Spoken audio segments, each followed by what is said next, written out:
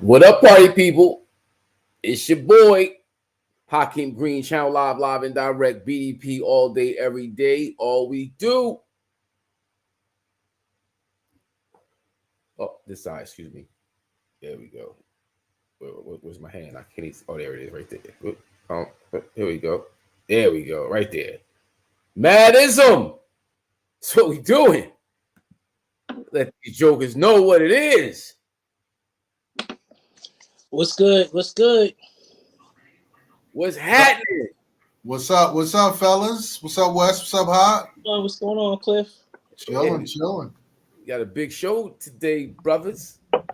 Got a special guest. I don't know if y'all caught wind of today's special guest. Yes, sir. Cliff, did you catch that? Errol the Pearl. Errol the Pearl Flanigan. Errol the Pearl Flanigan, East Orange High School Panther legend, basketball legend, one of the nicest point guards I've ever played against. I mean, everybody was nicer than me. So that's what I'm saying. Needless to say, those ankles were probably broken. Is that what you're saying? Man, this dude put a move on me in Oval Park, bro. I still ain't figured it out. He went around the back and he went from there to over there. I was like, got just left stuck. How I used to leave West. Like, hey, that's how West looked back in the day. It's like, damn, man, that's how I used to. It's kind of hard to do that when you only have one move. One move, but I get you. I'll try it 5 times and get you at least once. You only had one move, so it's hard to do more than that. You wasn't versatile like that. You had that one move though. You stood by it. You loved it. Hey man, if it ain't broke, don't fix it. Don't fix it. Don't fix it. Yeah, man. So yeah, we're gonna get into it. As well as last week's. Oh man, I took a beating last week with these football games. Yeah. Oh yeah. I didn't tally up the records though. Yeah, we'll get into all that, and also the first game of the NBA preseason started. Exhibition, what do you want to call it? Are we talking about that because of the Lakers? It's a clown show. We're going to get into all that. But first and foremost, we're going to kick the show off how we usually do. I'm going to throw up a joint. Everybody out there in social media land, like, subscribe, share, bring people to the conversation. Let them know what we're doing over here at IZM Sports. And with that said, I'll see y'all in a second. Yeah.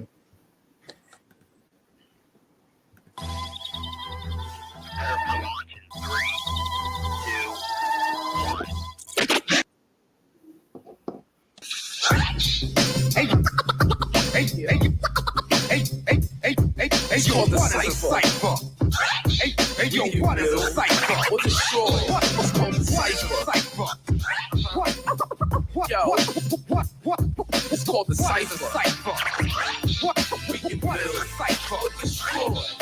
The cipher is a circle with all points connected. When you get your boogie off and the weak get disrespected. The cipher is so sacred, takes place on hollow ground. B-boys seek the battle on a mission to follow sound. Beatbox DJ, banging on the table is the way we settle beef since the days of Cain and Abel. Ask Pop Master Fable, the jams at DMC. With DJs battle for world supremacy. The cipher's not always round, but always on the square. Breakers be on the ground, but I'm gonna put the weed in the air. The cipher's like the wheels of steel and scratch, it makes me itch. I get hyper with the lyrical skills when the DJ catch my pitch. When the fader's being switched, everything live in the mix, but still off the cut like I wear it on my wrist. What is a cipher?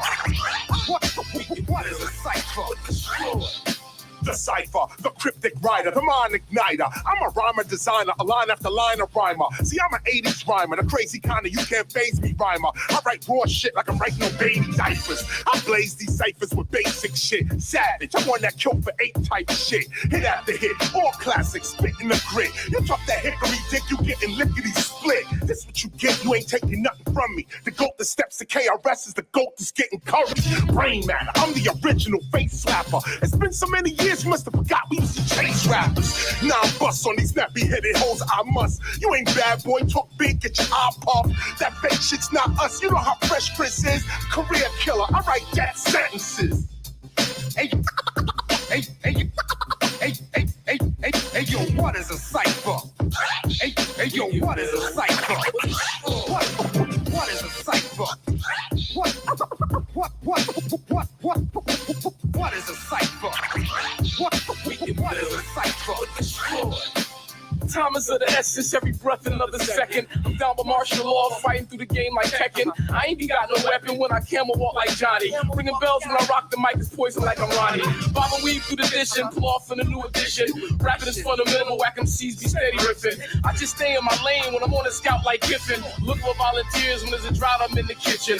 Cooking up some special treats, not talking trout when I'm fishing. I cruise through a hunt with heavy clout when I'm on a mission. I'm special with the verse, every line in education. Way I wrestle with the verse, I rhyme in meditation. Standing on one leg, balanced on a lotus, but still packed an eye for judgmental niggas wait to SCOTUS. You can roll with this when you done past the lighter. Rhymes going counterclockwise around the cipher. What is a cipher? What is a cipher? What is a cipher?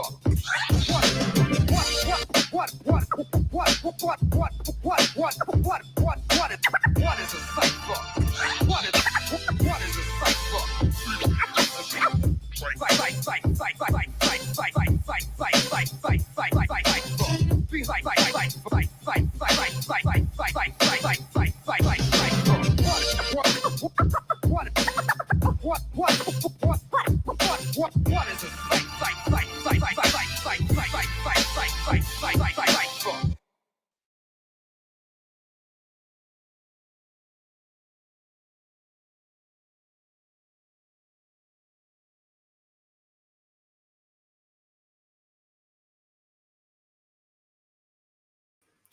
Yes. That was The Cipher by your man Hakeem Green, featuring KRS-One, produced by Ron Lawrence, scratches by DJ PP Armstrong, aka DJ Nasty from down here in Miami. I know y'all was digging the scratches, trying to give you that real hip-hop feel. That joint right there is off the Aubrey album, which dropped on September 2nd. It's out right now. You can go to HakeemGreen.com to pick it up, or you can stream it live and direct on one of your favorite streaming platforms. It's going down like that. Big shout out to Media Famous and the homie Domingo. Salute to you, brother. We're doing big things live and direct. Yeah, we are. Media Famous. No doubt. That said, this is IZM Sports. I'm here with Uncle Cliffy, a.k.a. the Spliff Master, Zatch Master in the building. And Wesley Henderson is on the DL right now. I don't know what happened to Wes. Wes over there blacking out. I know. Yeah, I am. I'm like saying, well, that storm got you or what?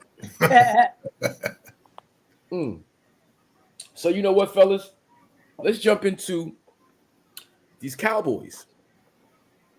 D, big D and D, and I think that's what's gonna carry the squad this year. Obviously, Cooper's playing. He's playing not even out of his mind. He's playing football. He's a game manager. You know what I'm saying? They game planning for him perfectly. But what I hope happens is Kellen Moore basically realized that this recipe, balanced offense, it wins games. You can rely on your defense and you can win games. Zeke and Pollard as a combination, it could be deadly. It could be something where, you know, the line has gotten better even in the wake of Tyron Smith's absence and his injury. It's getting better. And the complement of Zeke and Pollard, I think it works. And Cooper Rush holding down the fort till Dak comes back is exactly what we need. And I don't think they should rush him back. I know he's basically saying that he wants to come back this next game this Sunday. But if he's not ready, Cooper one more game, him come back for the Eagles game. Yeah, I'm really, feeling how the Cowboys are, doing this with a balanced attack.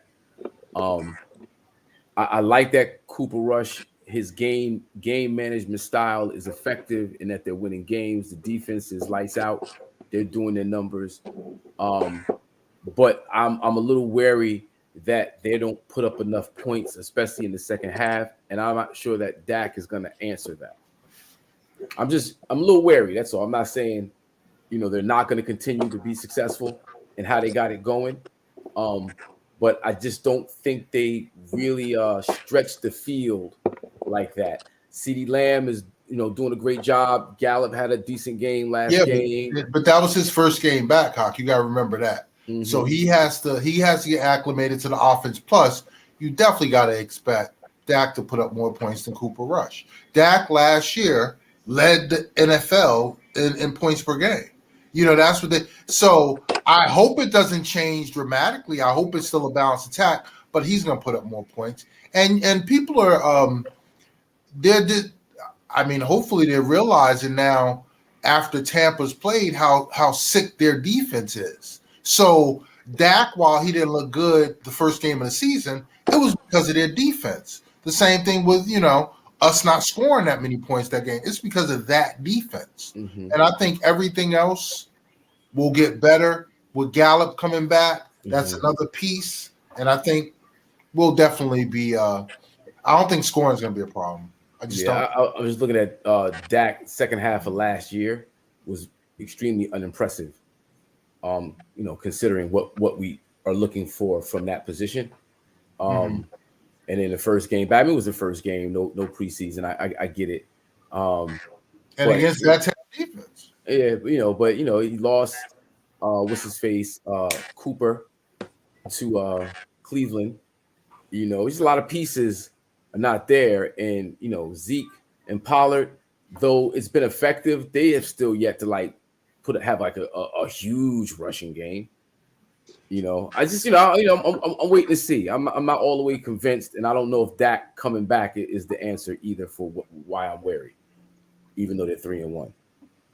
What you feel, Wes? What you feeling? Well, they 3-1. Cooper Rush did his job as a backup quarterback. I think the Cowboy defense is on point. I agree with the points per game and stuff like that. It's a little weary, especially playing a team against the Rams. I still think Dak's performance and Cooper Rush's performance are indicative of the fact that Cooper Rush had played 4 preseason games and Dak didn't play any preseason games. I think Tampa Bay's defense is good, but they look like a team, a first unit that didn't play together in that first game. Yeah. But what I will say is that I think that Kellen Moore is Dak's biggest problem. Because if they, people were so happy about the 29 rushes and he only gained 62 yards, right? So that's 2 yards a carry. But they still ran the ball 29 times. And I think we can all agree by watching how Kellen Moore calls the game when Dak is under center. If they would have gotten stopped that many times in a run, we would have threw the ball 60 times. Mm-hmm. He wouldn't have had a balanced attack, which makes Dallas one-dimensional. And I think if you continue to rush the ball like that with Dak as quarterback, you will see more of a downfield threat and presence because the line is protected and he's going to hit those receivers as well. And I just think that that 215 and 230 number that Cooper Rush is passing for will go up to 275 to 310, and maybe another 10 points. That's how I look at it. But then we also got to remember, as good as we want to keep saying he played, yada yada yada, 2 picks was thrown by him that they called back on some suspect penalties. So he threw 2 picks as well that were game-changing picks. So I like Cooper Rush. I think he's serviceable as a backup, but and I want him to play this week. I'll say all that to say I hope he still plays this week because you're playing with the house's money at this point.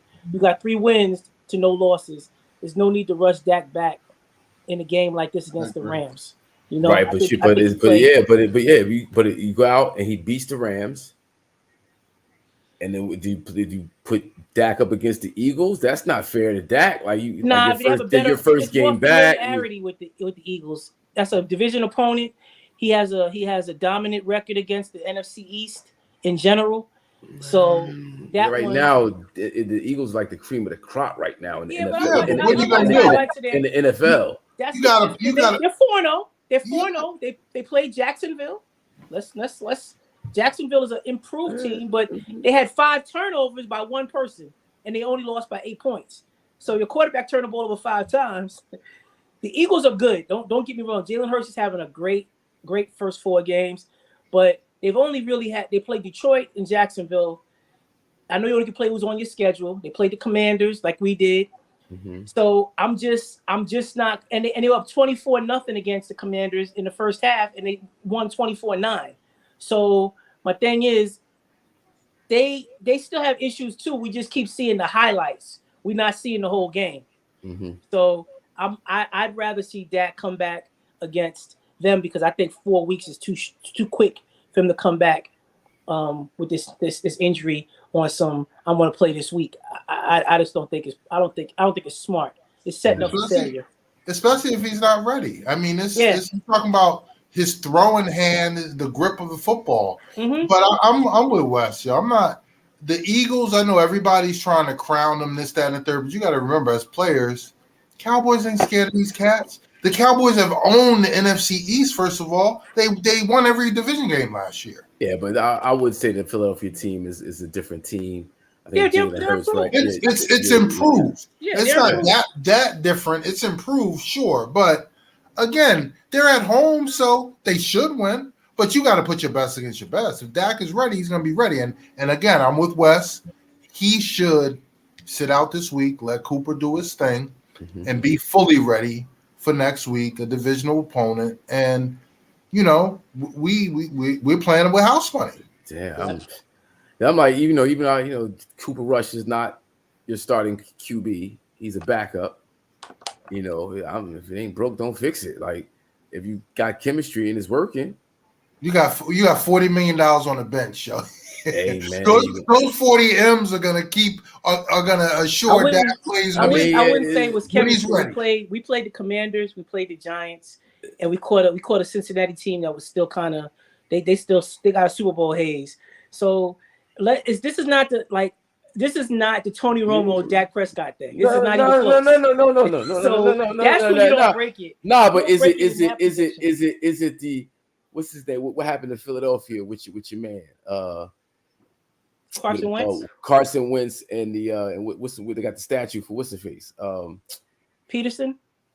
No, that's the coach. Nick Foles. Oh, Nick Foles. No, it's not that hot. No, it's nothing like that. It's just this is a serviceable career. This is a serviceable career backup managing games like he needs to be while the starter is out. This is no miraculous. We get it. We know Dak Prescott. We know Dak come back against the Eagles and don't shine. We know he sold his soul. I'm just saying. I know he sold his soul. If Dak come back against the Eagles and they lose, and he don't have he better have a good game. But don't lose. That's why I said last week. Have a horrible game. Everybody gonna be like, nah. You know what the thing about it is? If Dak would have threw for 215, or 222 like Cooper did this past week, and those 2 picks were thrown by Dak and they got called back on penalties, everybody be talking about that bad performance and the Cowboys were lucky to win and how the defense saved them. That's what they be saying. So is this a talking point? The bottom line is, and take the money out of it, Cooper Rush is a backup quarterback. That's it. It's just that simple. He said Dak gonna throw a wobbler in the rain. He probably will. Yeah. We know Dak. I'm saying, but it's still and that would prove he don't need to be out there. Yeah. Listen, you play Cooper until Dak is ready, but you don't rush him back. But when Dak not this week. Ready. And if you win this week, you don't need him back next week. You can wait till you come back home. Yeah, that's what I'm saying. No, but That's what I'm saying. not the it's not the broke thing. What I'm saying is, if you win this week and I still think it's a 6 to 8 week injury. Cooper Rush did his job. Yeah. But that's the bottom line. But then now you get into other territory. Now you have 5-1, and now people like you are really coming out the woodwork. Like, they 5-1. Cooper Rush is doing what he's supposed to do. Right. He's not making any mistakes. He did make mistakes, but he's not paying for them. Yeah, he's not paying. Right. That's it. So and Michael Gallup is back now. So I expect if Dak does play, I expect Gallup and Dak have a good rapport. Yeah. I mean, so but C Lamb has been, stepping up. Yeah, CeeDee Lamb is playing like a one, like he's supposed to. He's dropped some balls, but overall, but the defense is the key to this team. The defense. So if anybody watched that game last night, which I only saw highlights of it, so it looked like a bully ball, right? Yo. So you put 4 people on Cooper, whatever his name is, Cooper Kupp, and then you just rush the quarterback. That's basically their offense. That's what they do. They still targeted him 20 times. 20 times he had 14 catches. 14 catches. 20 times. Yeah, but those were 2 tough Ds, and while San Francisco won, it looked like they blew them out. It was just the big plays. The Rams just kept giving up the big play, and that's what killed them because the Rams defense is good too. Oh yeah, they are. Yeah, I mean, he's still a one, but San Francisco, the bully ball, the physicality, and Jimmy Garoppolo just doing what he needs to do. Like he threw 2 passes. That's all he did. Threw 2 passes to Debo.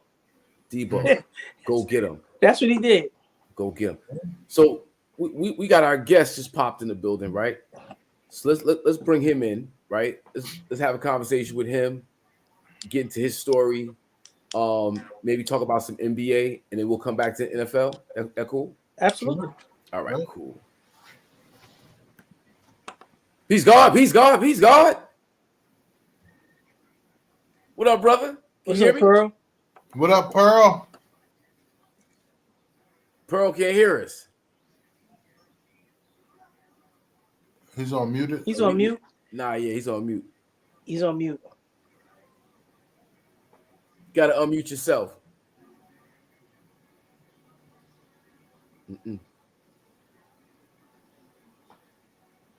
So, brief introduction, ladies and gentlemen. An old friend of ours, his family right here, Erroll the Pearl Flanigan, East Orange High School Panther, great basketball phenom, point guard.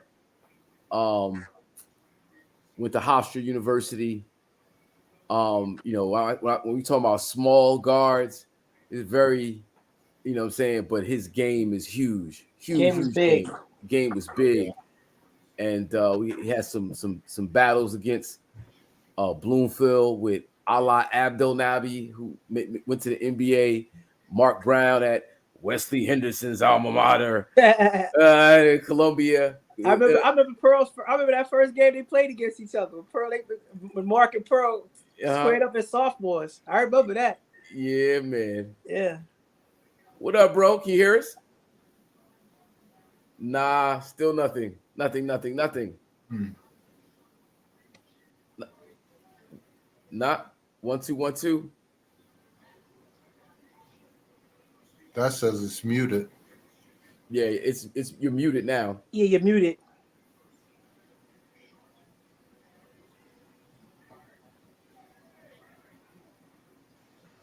No, that's definitely still muted. Yeah, you gotta unmute yourself. If you see the little tab right there, the microphone right next to your name, should be a setting to unmute that.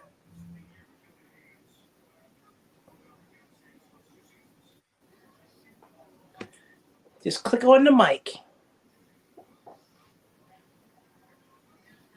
1 2 1 2.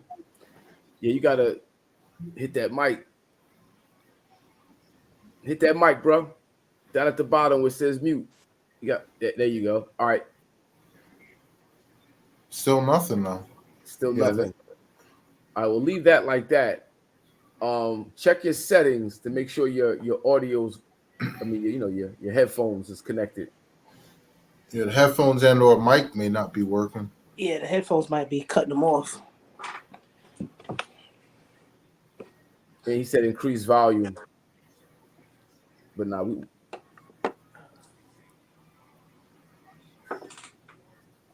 Lee Kearney, what up, brother? Lee Kearney, the building. JT's here weekly. You gotta salute you, bro. Thanks Yes, for sir. being with us weekly, Yes, JT. yes. JT. To Jesse, salute, and everybody else that joins the stream. Matter of fact, won't y'all share this? Take this time to like, share, subscribe, hit the bell. Trying to get in there, brothers. I'm trying. There you are. There you go. now. Your pocket There right you there. go. There you go. Got you. Okay. Yeah. We're up top. Yeah, What's Mark happening? Gray's in the building. Happy Tuesday. Happy Tuesday. Yeah, what's Happy good, Pearl? Happy Tuesday. I'm hanging, brother. What's up, Doc? You know what I mean? Mark Gray, Doc in the building. Another Panther great right there. Big bro in the building. Yeah, man. So, Pearl, you always rock out with IZM Sports. You've been supporting us from day one. So thank you for that, first and foremost. Always on. No problem, brother. Yeah, man. And, but your particular story, I like just knowing you for so long and seeing the greatness shine, bro. I've been a fan of basketball, a fan of your game for a very long time, and appreciate you for breaking my knees a few times.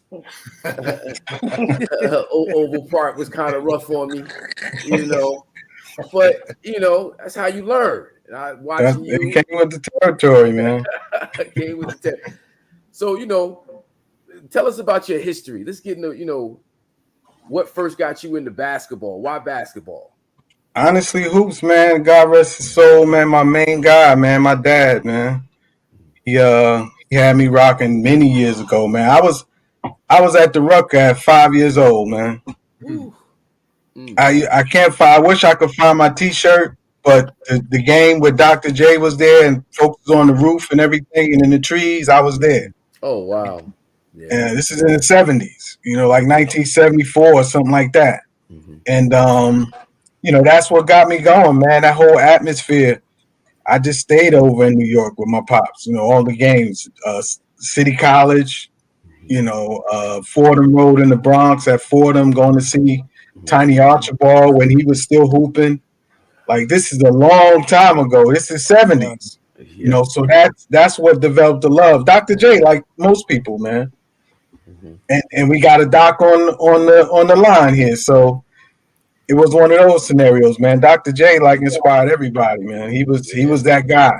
He was that guy. I mean, he inspired me, but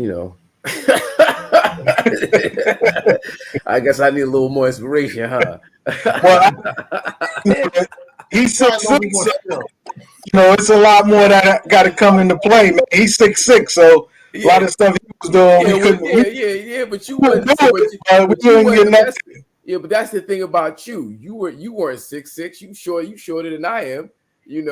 But your game, like we said earlier, was huge. So, the love for the game is one thing, but how'd you develop your skill and how'd that come into play? I know your dad, but it was actually playing, just playing initially, just playing and dribbling the ball, not really always having a hoop. When you're young, you can't go to the park.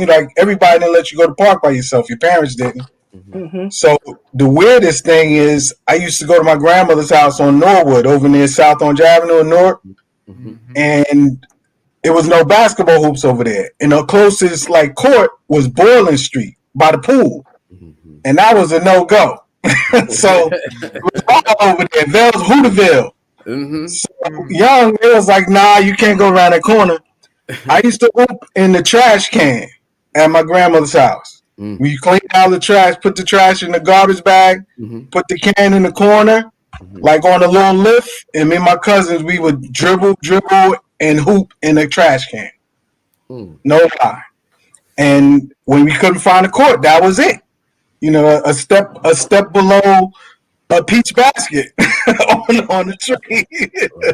Yeah. So it was just like not having a basket. So dribbling a lot, walking to the store, dribbling, always kept the ball, just practicing stuff, and it just became second nature. Like I could walk and be looking over there and still be dribbling the ball and not lose it. It became a feel and a touch.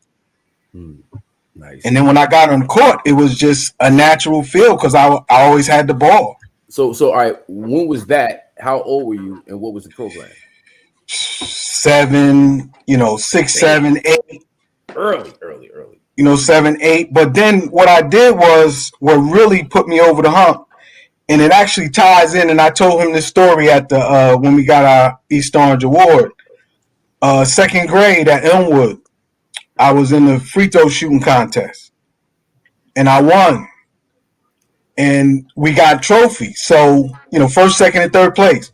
So to get my trophy, they gave our trophies out at halftime at an East Orange and Montclair basketball game at the high school in like 78 or 79. The point guard was Pookie Gis. Ooh. Big So brother for he KG, familiar by nature. And yeah. So he James Gist. So he was one. I was like, whoa, dude is nice. So he's another one that just put the battery in my back and inspired me, And this was, I'm in second grade, and here I am meeting Gist, but I didn't know Gist. So, I watched them play the rivalry. They was, folks was in the stands ready to get into it. I mean, this is Montclair, East Orange. At East Orange back in the 70s, it was rivalry like a month. Oh yeah. So, I mean, that was the first thing. And then we had a team at Elmwood Elmwood Elementary School. Third grade, I played on the team. They had little cheerleaders for us and it was nice. It was nice, man. And we played against Nassau and Washington School. You played all the elementary schools in the area. Yeah. And we were undefeated. All the guys, man, I love on the team. It was me. I was a third grade. I was the young guy. Doc was on the team. Damn. But I'm going to blow your head off with the names. Darren Carter, Onion. Wow. Pizza Man, Antonio Williams. Pizza Man. God rest his soul. I love him. Garrett Brunson. Mark Gray. Tracy Royal. Stacy Royal. He's on here a lot. So it was just a lot of us, man, from the area, man. And that was the start of it, man. That was the start of it. And Mark was always a year ahead. And he went on to go to VLD and start killing it. And I was waiting to join him, a year after. Got to VLD, we started doing our things. Mark will tell you, we beat E.O.H.S freshmen twice, my 7th grade year and 8th grade. What? Yeah. Like that. Real talk. Mark will tell you he'll co-sign it. Yeah. Giving me the chills. What up, Mark? We beat everybody. We eat East Orange freshman team, no lie. They had another one we lost. What's his name? Chapman. Not Poobie Chapman, the younger brother. Man, I forgot his name. But anyway, we got those guys, man. You put up a picture last week, I think, or a couple weeks ago. I think it was a Civic Center. Yeah, the Express. Yeah, well, talk about that team because there's a lot of family members on that team as well. That was when I started to become a Bi-City resident. My mom, mom and dad had separated. My mom lived up the hill by Elmwood, and my dad lived down the hill. Yeah. Uh-oh. He froze up. He froze up, bro. Yeah, he probably gotta go out and come back in. Yeah, probably got a lot. See, he just said the magic word. Up the hill, down the hill. Up the hill and down the hill. Up the hill, down the hill, Roseville, Hooterville. Bi-City East Orange style, Bi-City, yo. Yo. Back in? Yeah, we go. Up the hill, down the hill. Up the hill, down the hill. That was it, man. Bi-City, that's it. Talk about And that. so Talk about that. I started rolling. I went from playing at Elmwood to playing in the Oval in the Civic Center, and Nut, Halim, T. Witt, K. Reed, Rodney and Bub, everybody down the hill, Rush, God rest his soul, Reborn, Rerun. So I was kind of like back and forth, and everybody was hooping, man, and the Civic Center was there all the time. So that was a part of life, man. Yeah, no Another doubt. one, Soup Sal was rocking with us for a minute. Sal. Yeah, names, man. Oh yeah. So that was it. That was the transition right there, man. The Civic Center was a blessing, man. You don't realize it till you get older. Oh, one person I actually forgot about that. You realize it later on how inspirational they are and influential to your life. There's actually more than one. Kevin Brown, Spook.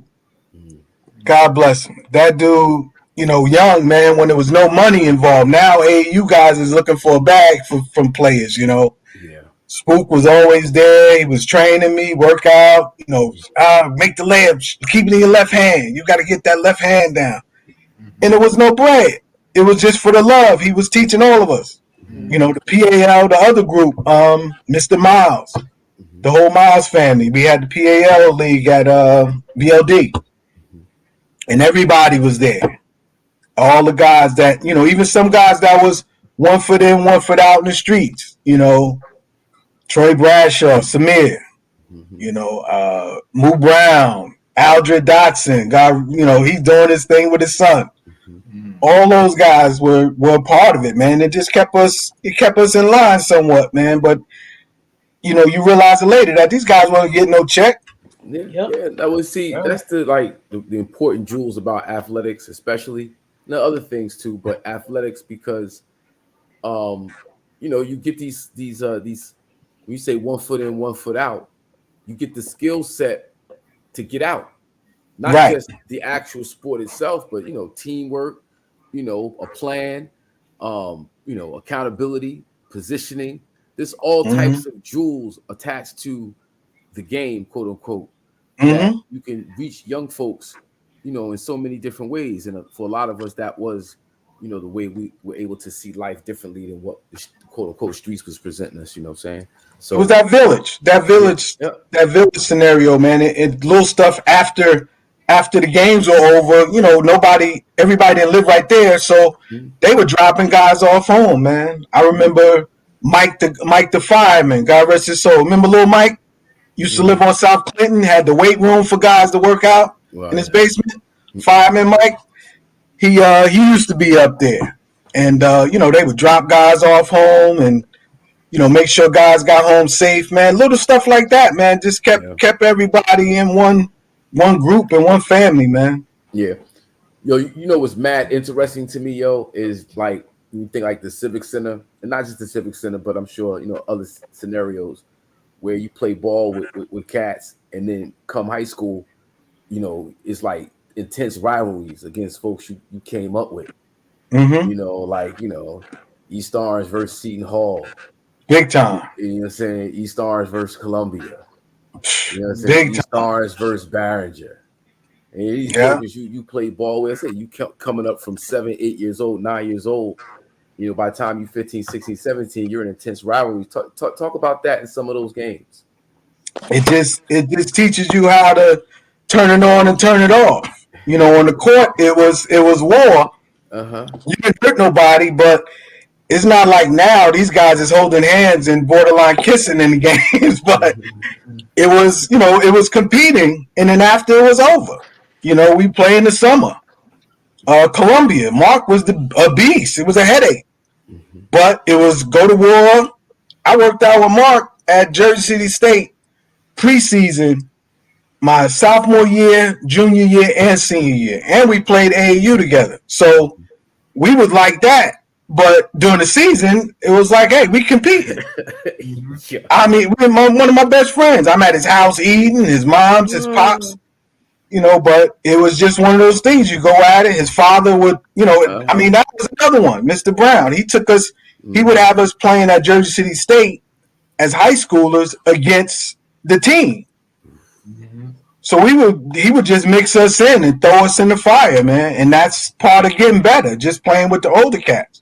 Mm-hmm. Sometimes you get knocked down, but eventually you learn the game. So then when you play against guys that are your age and your level, you kicking ass. Mm-hmm. Wow. So that was a part of it, man. Yeah, just to see those battles. Especially T-Wit, the Seton Hall battles, wow. T-Wit, he had a lot of scores, man, but T-Wit didn't even care about scoring. He was just like, yo, I'm going to play D, man. Headache. Headache. Man. You couldn't make no mistakes. T-Wit, you couldn't make no mistakes.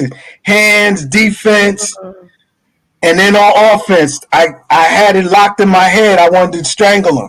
Continuity. That was their offense call. Continuity. Every time down. Wow. But they were tough, man. They were tough. E.O.N.J, all guys. My AAU team, the weirdest thing, man, we had a crew looking back. It was me, Mark Brown, Eric Murdoch, Anthony Avent. Damn. Chris Gent used to play with us sometime, lefty in the post. I'm a Chris Gent. Yeah, Chris Gent, Joe Johnson from Elizabeth. Damn, that's big white kid, Rob Hill that went to Fordham, like 6'8". That was our team. But when I was a 15 and under AAU guy, the 19 and under team, we used to go to. That was another inspiration. We go down there and look at these cats like stars. I'm gonna give you the 19 and under team. Kevin Simpson from North. Remember Kevin Simpson? Ala Abdelnaby, Mark Bryant, David Rivers, Kenny Wilson, Darrell Wilson. They used to bring up Antonio Williams from Shabazz because he was 6'8". Him and Avent, they would swing back and forth because they had size. Jamal Pierce from Central went to Winston-Salem. He was swing back and forth. Tate George was on the team under them. Damn. So we had a lot of great players. Oh, Tim, what's my guy's name? Damn, I forget his name, man. His brother played Perry. Tim Perry's brother. Oh, Lee Perry. Lee Perry. There we go. Yeah. Mm-hmm. Lee Perry. Yeah. So it was a lot of talent, man. Oh, what's the other guy? He used to come down from Carteret that went to Rutgers, Syracuse and Rutgers. Oh, Jesus Christ. Syracuse and Rutgers. Syracuse and Rutgers. Oh, what's the name? Keith Hughes. Afro Keith Hughes. Bang. He died. Yeah, what? Yeah, he passed away about maybe 4 years ago. You know what? I remember when that happened. Yep. I remember when that happened. Yeah, Keith Hughes. Yeah, so it was a lot of talent down there at the Y, man. We was going at it, man. And looking back, all the pros we played against. I mean, I can remember Alonzo Mourning come to play at the Y in a game. That team from DC. And we had tournament in Arizona playing against Larry Johnson and his team from Dallas. LeBradford Smith was on his team. Like it was just so many players that you play in these AAU tournaments. It wasn't everybody had a team then. You had to be decent. Mm-hmm. So we were traveling playing against everybody, man. Sean Miller that coached at Arizona, his team with the brother from Cali, from Rockfish, from Pittsburgh, Jason Matthews from Pitt. So it's a lot of guys, man. All the Big East guys. Wow. Billy Martin used to come down to Y and play with us sometime. From Georgetown? No, the other one from Atlantic City. Okay. I think he went to Pitt. Oh, was it? Big man from Pitt. Martin. Martin from Atlantic City. Okay. Yeah. But it's a lot, man. I could go on and on with guys, guys, man. No, it was a great thing. Yeah, so I'm super, super interested in the years with the Wizards, the Harlem Wizards, and you want to play with the Globetrotters, just because like these are institutions that, especially with the Globetrotters, that Generals played on the Generals first. Say it again. Generals too. That's how you earn your Generals stripes. too. Yeah, right. So like talk about that experience, man, because that's something we locked in as kids. But there's, I'm sure, a whole behind the scenes that people don't know when you talk about the relationship between the Globetrotters, Generals, and of course the it's a relationship that got me there. When I was a junior in college at Hofstra, I was co-captain of the team. My coach, legendary Butch Van Bredikoff, he had a friend out Long Island, had a camp. And he's like, oh, my guy has a camp. The player that he had coming to do the camp for the weekend backed out on him. Could you go do me this favor? So I'm a junior. I'm going to my junior year. I go do the camp. He's like, it may not pay you. I go do the camp. He give me $500 cash at the end of the weekend. So I'm rich in college, a lot of tuna. So he said, hey, I gotta connect, right? Ramen noodles. He tells me, hey, I gotta connect, with the Globetrotters tour, Generals, Globetrotters. He's like, I'll throw your name in a hat, man. You never know what could happen. I was like, all right, cool. I'm a junior, going my junior year. I go play my junior year, my senior year, all East Coast Conference at Hofstra. After my senior year, I go and play in the USBL. My coach that recruited me at Hofstra had left and coached another school, but then he was assistant with the Long Island Surf in the USBL. Brought me in for a tryout, brought me in for a few games. My teammates, I told you my teammates, Anthony Mason was on the team. Lloyd Daniels, when he wanted to show up. Kenny Atkinson, that used to coach the Nets. And Michael, oh my gosh, that used to play with the Pistons. He went with the Pistons. The funny thing, after that season, that's when everybody got their shot. Mason went to the Knicks camp after that summer. Wow. Michael, I forgot his name. He went with the Pistons. Kenny Atkinson went overseas, and Lloyd was, in and out of the league and Spurs and getting his shot and stuff like that.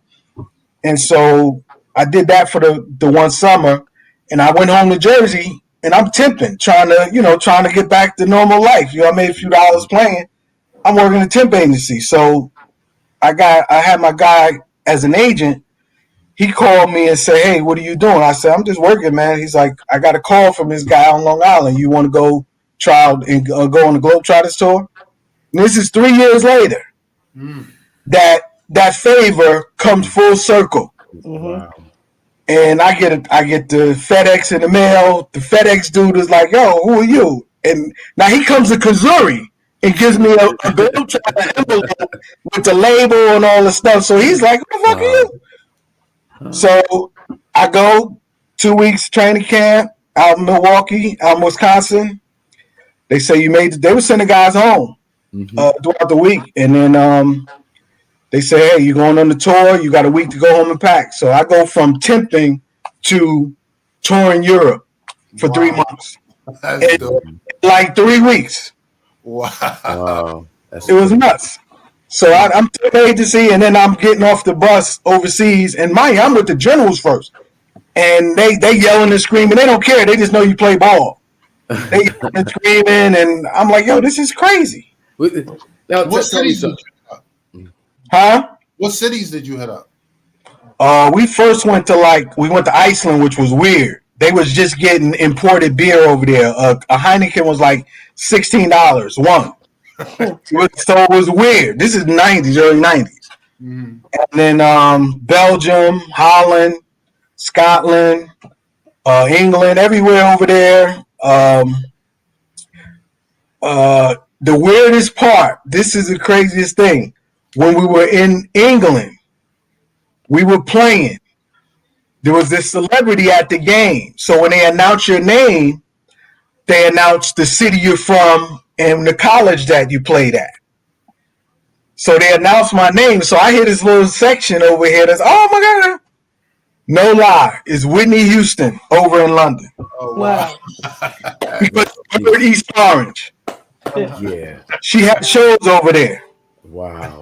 I meet her. She said hello while I was playing, but it was weird though. It was weird. That's dope. Whitney Houston was gas. That's crazy. That's huge right there.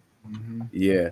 So with the Globetrotters and the Generals and the trick basketball, like the plays, the competition, like talk about that. Like, cause Jokers be doing some miraculous stuff on the court, bro. And it's practice. It's practice beyond practice. No, well, it's one thing to play basketball. It's another thing to be able to do. Like, you got to do it. You in the showtime. You can't mess up. I mean, I'm sure you do at some point. But most of the point, it's dropping. It's repetitive, man. It's practice. Like I was saying, remember I was telling you how I would just dribble and be dribbling all day, and it becomes second nature. Is that if you have a ball, rookies, you run around, you spinning the ball on your hand all day, and the first 10 times you might have it up there for six seconds. Then an hour later is 15 seconds, and an hour later you hit it on the side, and you doing it for a minute. And then you're switching fingers eventually. And then, so you're in the rooms every day, in the hotel room. So you got balls in the room. You're doing stuff constantly. And you're practicing. And then, days and days and days and days of doing it, you master it. Now, I got somebody I want to add to the conversation. A little throwback. I'm going to see if you recognize this brother right here. Wow, courageous. What up, What's going on, brother? And Wes, Cliff, what's up, K? KG, what's good, yo? What up, K? What up? Yeah, I sent the bat signal out to K. I got Pearl in the building. We got to have family just come in and. Yeah, man. I'm glad you made it, K. Thank you so much, bro. Plus, I ain't want y'all to think because my Steelers was thinking that I was hiding. So I said, you know what? Let me come out right now, show my face so they don't even think I'm hiding. K, I almost too, man. We ain't looking great right now. Okay, I was gonna make that comment, yo. I was gonna be like, I was gonna put you out there this week. I was like, yo, he been hiding out, yo. Now, I wasn't gonna run you. I'm glad you brought it up because we can talk about that later. I wasn't gonna run you though. With you though, this past Sunday, Illtown Sluggers produced the halftime show, Giants versus Bears. Yeah. I'm really proud of you guys, bro. I just want to let you know off rip. I'm proud of you guys, like just to see the longevity. You guys step it up and just go to different levels of the game and master it. That was a huge look for Jersey. That was a huge look for hip hop. So salute to you, bro. Salute to Thanks, man. Just out here, just continue to do our thing. Just continue to do our thing. That's it, man. I know y'all having fun with Pearl right now. Hey, Pearl, it sounded like y'all was talking about his Harlem Globetrotter days, right? You came to the game, K, right? Did you come at the Netherlands the first game? No, I've seen you out there before though, but nah, not that though. Yeah, man, it was good times, man, and love you guys, man. I was out at house shop popping mad junk, man. This is the crazy part. K, I was in on the music heavy. K will tell you I used to come to this house all the time with crates of records. Yep. I always ride him and tell him he owed me royalties from back in the day. I don't know what I produced, but hey, yo, you know who robbed me just like that? Big Dan, yo. Really? Yo, Big Dan, yo, he said, he always said, yo, you owe me money, yo. You stole my baby. And Big Dan didn't let me hold some break beats, but I gave it back to him, and he claimed I never gave it back to him. Right. Oh, man. Yeah, I took New Style album out to Hofstra, man. I was popping back. Yo, my Poison's coming out. They about to kill a game. And it didn't go like we wanted it to go. They was like, what's up? Yeah. We stumbled out the gate. We made you look bad. I got the cassette tape at the house, man. So it don't matter. Yeah, it's all right. It makes it that much better now, right? When I know the drop, man, I was talking so much, and then they shouted me on the back of the album, man. My man Earl Pearl up at Hofstra. Man, I was ready to fight everybody. What'd you say? What'd you say? You listen? Hey man, listen, man. All right, man. Love y'all guys, Hawk, man. no, we've told this story plenty of times, man. Like, all that stuff, man. We all started together, man, in school and everything, man. Banging on tables in school, man, sharing records, talking about hip hop, talking about sports from way back, man, as youngsters. So, the love's always, been here and it'll always be here with you guys, man. Right. Hey, man, y'all was the pride of the city, man. I'm just so proud of y'all, man. Just you can't even put it into words, man. Y'all carried the torch, man, so well for so long with class, man. So I just want to salute you one more time, man. Thanks, man. Thanks. Yeah. I mean, that's what it's about, man. Coming from E.O., man, like, it was people before us as well. The Whitney Houstons and the James Earl Jones and all those guys like that we knew that was from around the way. I mean, no, not James Earl Jones. John Amos. John Amos. Yeah. John Amos.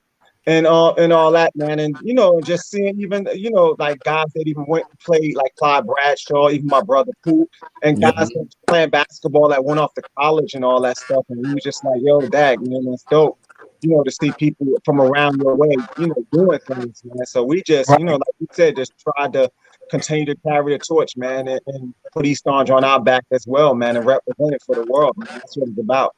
Oh, yeah, man. Yeah, some in the water. That place is birthplace of greatness. Yes.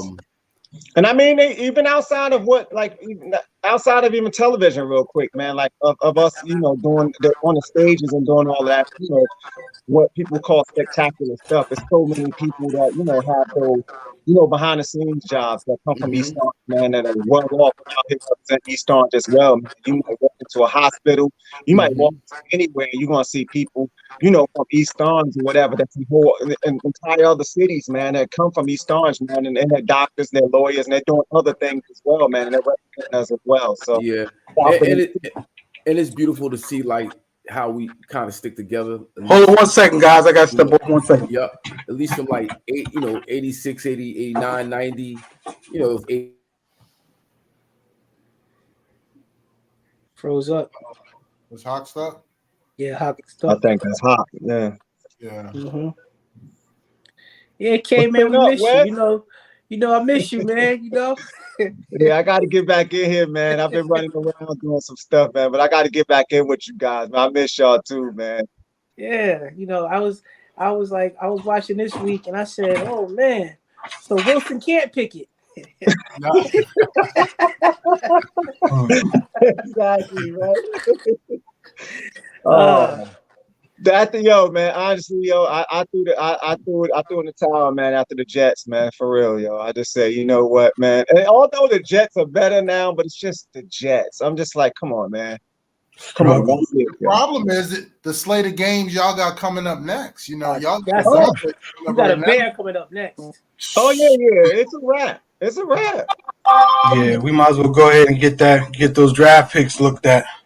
Yeah. Hopefully, QB, we got just throw Pickett in the fire, man, and let him get his lumps and be better next year. Well, that's what they're doing now. Tomlin came out today and said that's what we're rolling with. So. I mean, what you expect from? I mean, it's not just y'all, but it's just the comedy of the NFL when you pick up a dude that played 20 games in his college career and was 13-7. You made him a first round draft pick. This is what you did. Yeah. And you know what this is going to do? This is going to make Big Ben look like a big time legend now. Like, oh, the minute he leaves, y'all are in the tank. Yeah. Yeah. And it also shows too how much TJ Watt means, though. Yeah. They was running through us crazy. Yeah, man. We can't get to the quarterback at all, man. Like they just sit back there just chilling. Right. Yeah. I don't know what I'm watching. When I was watching y'all, I saw the Commanders uniforms. I said the Steelers are playing the Cowboys too. Yeah, those generic uniforms they had on. I was like, who's that? Yeah, I was kind of I like those unis. It was kind of hot. The helmets was right. Yeah, helmet. I liked them. Yeah. Another one, one. man. Speaking of Commanders, you know, we got Jahan Dotson that played Yeah. for Yeah, I was just mentioning his dad playing in PAL at VLD years ago. Algebra. Yeah. Yeah. Wow. Yep. And then, you know, we all grew up with mother. Rob, yeah. That Yeah, whole Rob. Rob and Bigelow family, man, all of them. Whole Bigelow family, yeah. Wow. Dope, man. Yeah, Always got to so- represent the hometown heroes. Yes. Oh yeah. So Absolutely. when I came back in, we was talking about them Steelers. I don't know if the conversation is football or we still want to. We threw in the towel, the yellow towel. We just threw it in. Now, we threw it in. Those terrible towels are waving. They threw in the terrible towel. We Yeah, terrible we threw towels that in, waving huh? by week 5. Because they like We threw that in, Hawk. So don't leave us alone. We're gonna go off the Sunday. No, well, let me just put this out there because you know we've been trying to get Pearl on here for some time. I've been working on it, you know, but there's been an issue over the last 2 weeks that's been like a hot topic. And last week he was in the comments just lighting it up. Yeah, he was fire. He was on fire. He was on fire. So I was like, yo, this would be a perfect time for you to come on here and let's talk about it. So what that was, Kay, was Ime Udoka in Boston, and that whole fallout. that was the heavy conversation. And he, you know, he off scene, off camera, he hit me with some details. I was like, oh, okay, all right. So, you know, I don't know if you want to hop in, Pearl, or you know, we want to. It's a little behind the scenes. It's a layered conversation. The weirdest part is this stuff still coming out. Oh, it's still coming out. Y'all seen it? Yes, it's still stuff coming out. So people are putting it out and then retracting stuff, and then you hear stuff. You talk to this one that was in the league and that one that was in the league, and you know, sometimes when it get from person 1 to person 7, it's a whole different story. So, you know, a lot of it is just rumor and stuff that's being put out there, but it's some truth in there. But we really won't know until it's kind of like settled. Because they're trying to put stuff out, but then retract stuff to protect certain people. So if they put this detail out on him, then it's going to expose other people that they're trying to protect. So they're kind of caught in between. Because if they fire him, then they got to pay him in this lawsuit situation, or they got to fire both. Yeah. So it's complicated, man. Is there, I heard there's a pregnancy involved. Yeah, they were talking about that. Pregnancy and abortion type stuff. Yeah, pregnancy, abortion, no. Not. I heard it was something about a pregnancy, and I think somebody said abortion too. But yeah, I heard that was involved. I heard. So is it like an executive's wife or girlfriend or something that's involved with this whole thing too? The VP's wife. The VP. Oh, I heard it was multiple women too. Is that true?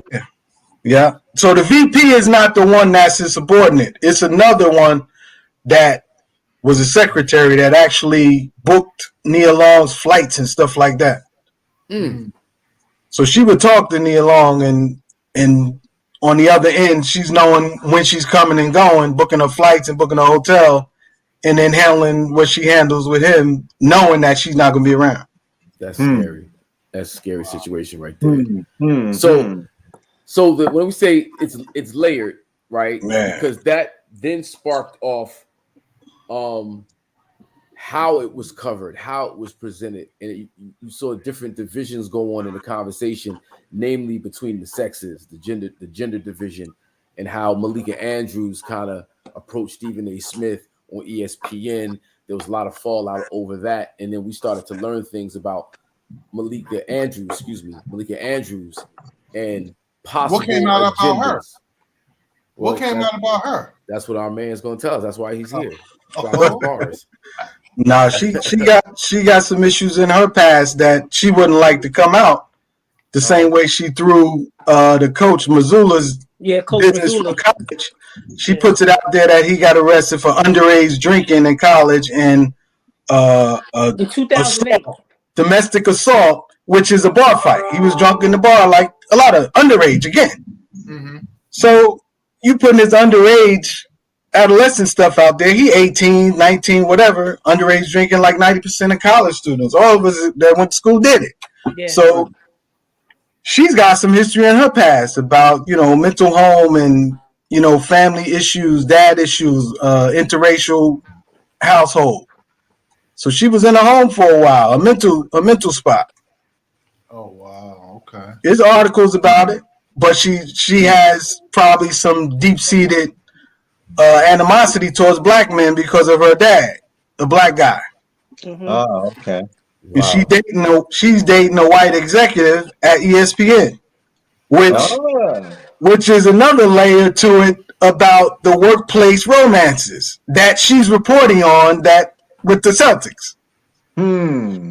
She messed with a white dude at ESPN. You can look it up. David McMenamin is his name. Yeah, Dave McMenamin. He writes for the Lakers. See there? Yeah, he's a Laker writer, a beat writer. So she's done a lot of things. I was about to say I know that. I've heard that name a lot. Dave McMenamin. I know exactly who he is. But you think, okay, she don't really like guys and she's doing stuff and it just happened. But then you look at her sister. Her sister is also in the journalism business. She works for the Warriors. Kendra. She's the one that lied on Steph Curry to stir up the BS with Memphis Grizzlies. Said he said to her, whoop that trick after the game when he never said it. She lied. She made it up. Too. Wow. Right. She made it up. There's a lot of stuff going on here. Yeah. And it's like like I said, the way things are covered, the way they're packaged, the way they're presented, there's a very racial, a subtle racial undertone. And if you peel back the layer, you'll see there's the disparities in how black issues are covered and what gets sensationalized versus, say, a Brett Favre or other scenarios with white athletes that kind of do it. There's no coverage. There's no important. Doesn't get blown out of proportion. The story doesn't carry for 2 and 3 weeks. It's like it might be a backstory somewhere, and it'll be an infraction that's just as bad as anybody else, but if not worse. Covered. Yeah, if not worse. So that's part of the reason why we wanted to bring Pearl in to kind of highlight these differences. Like when you look at a Malika Andrews, and she's dating someone at ESPN, but yet she's reporting on, which is nothing wrong with that, reporting on. But when she puts her spin on it, which is what she did with Stephen A. Smith, then it steps outside the lines of journalism, and now it becomes, an agenda attached to it. And yeah, definitely, because it definitely felt personal or something extra with her. Mm-hmm. Right. Even how she reported on it, it seemed like it was coming from a personal. She was coming at him with venom, and it was definitely some undertone to that. She got 4 other instances. She got 4 other situations that's on video. One is just recent. I sent it to Hawk. Adrian Payne, that for Michigan State, that got shot and killed. Mm-hmm. She announced that, and at the end of it, he got killed. She reported he got killed. He was a Michigan State player, played for the Hawks, played for Orlando. At the end, she ended off with saying he was mentioned in the Michigan State rape allegations. Yeah. No charges were filed. I actually saw that live and wondered why she shit on him like that, like to close it up, which was I kind of felt like I thought when the whole thing happened with Kobe after he died, Bob Costas did that. He left a sour taste in my mouth too. Yeah. He was yeah. But let's not forget he also had the rape thing, and I was just like, yo, you know what? I'm done with you, Costas. Here you go. Yeah. It's something that's like a targeted attack against black men. Mm-hmm. Because it doesn't happen in other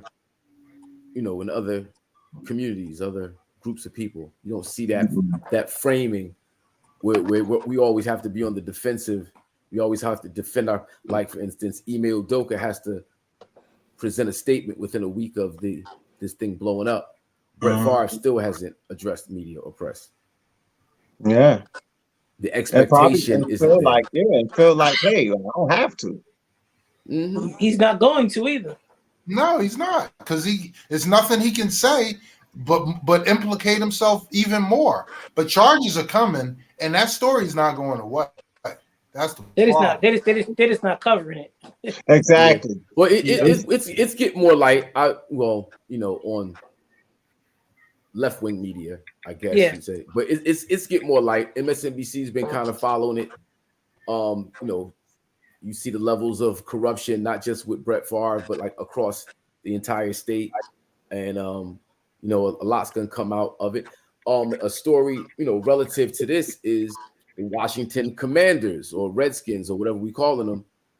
What's going on with that case? How come we don't get any in-depth coverage on that? Where's the deep journalism on that? How come there's sexism going on with that? There's big time. All types of things. And where's Malika Andrews' perspective on that? Or where's Right. Malik Andrews talking about Jerry Jones? I heard it was him and some other executives were doing the old Porky's movie, peeking in on the cheerleaders. Yeah, they swept that under the rug. Yeah. Yeah. That's who put a stop to that good ass show Ballers that used to come on with The Rock. Yeah, I remember. They was too real. That show was too real. Yep. Wow. The other story I told you about, Andrew, she wrote a negative article about Giannis back in 2020. Right. Yeah. Talk about that. That was Wrote a negative article about whether or not he was gonna stay with Milwaukee, or if he don't make the championship, will he resign? But experience comes into play, like this kind of discrediting him if he didn't stay, if he was gonna cut and run. So they lost to the Raptors Game 6, and she was the reporter for the Bucks at that time. She got fired after too. Malika? Yeah. Yeah. Yeah. Was She was the Bucks beat writer. That was beefing with the other lady, and the other lady was like, she feel like that they pushing her out from doing the stuff with the NBA during the playoffs because Rachel Nichols. No, that wasn't her. It was the other Maria Taylor. Yeah, She left. Right. She Okay. was good. Maria Taylor was good. She was good. Maria Taylor was good. She know her stuff.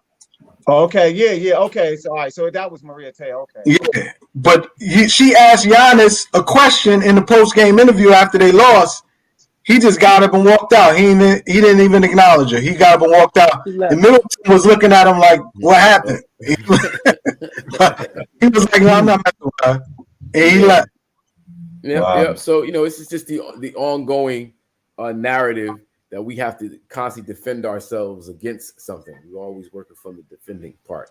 And I think West does a good job of showing how that narrative works. And because to bring it back to football, Wes, weren't you the one who kind of broke down the statistics in coaching and how it's relative to positions and how head coaches and management are groomed through? They had an article in USA Today about the black coaches in the NFL, and they said that 95% of the black coaches that are assistants are either running back coaches, wide receiver coaches, or DB coaches.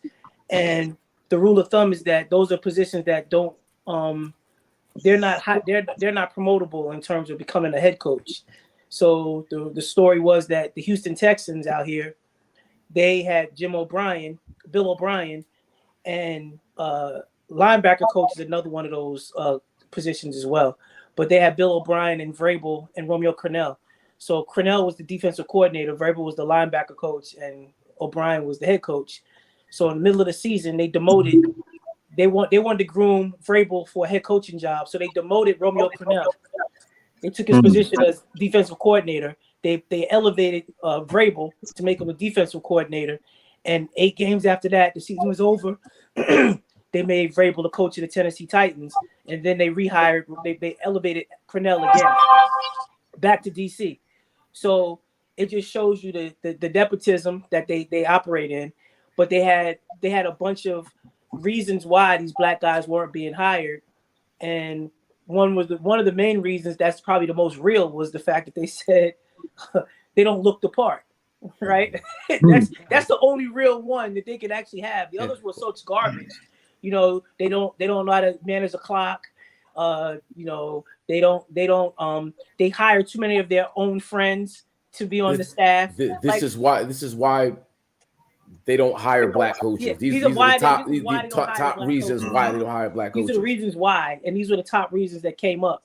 So, again, it goes back to the quarterback position, and I always talk about it because if you have 80% of the players in the league are black, and they're playing all positions, and then you have 20% of the league is white, and of that 20%, 8% are playing all positions, and then the other 12% in the league to make it 100 are all quarterbacks or white quarterbacks. So they dominate. They're the most. They dominate that position by on purpose. That's it's meant to be that way. Yeah. So they can't lead. Yeah, because we're not good leaders. They said that was one of the we're not meant to lead. It was such bogus stuff, but these are the excuses that these guys were given. So when you see a guy like Todd Bowles get a second chance, they're already saying when you have Todd Bowles and a guy like Eric Bieniemy, they say that those coaches are only good because of Tom Brady and Patrick Mahomes.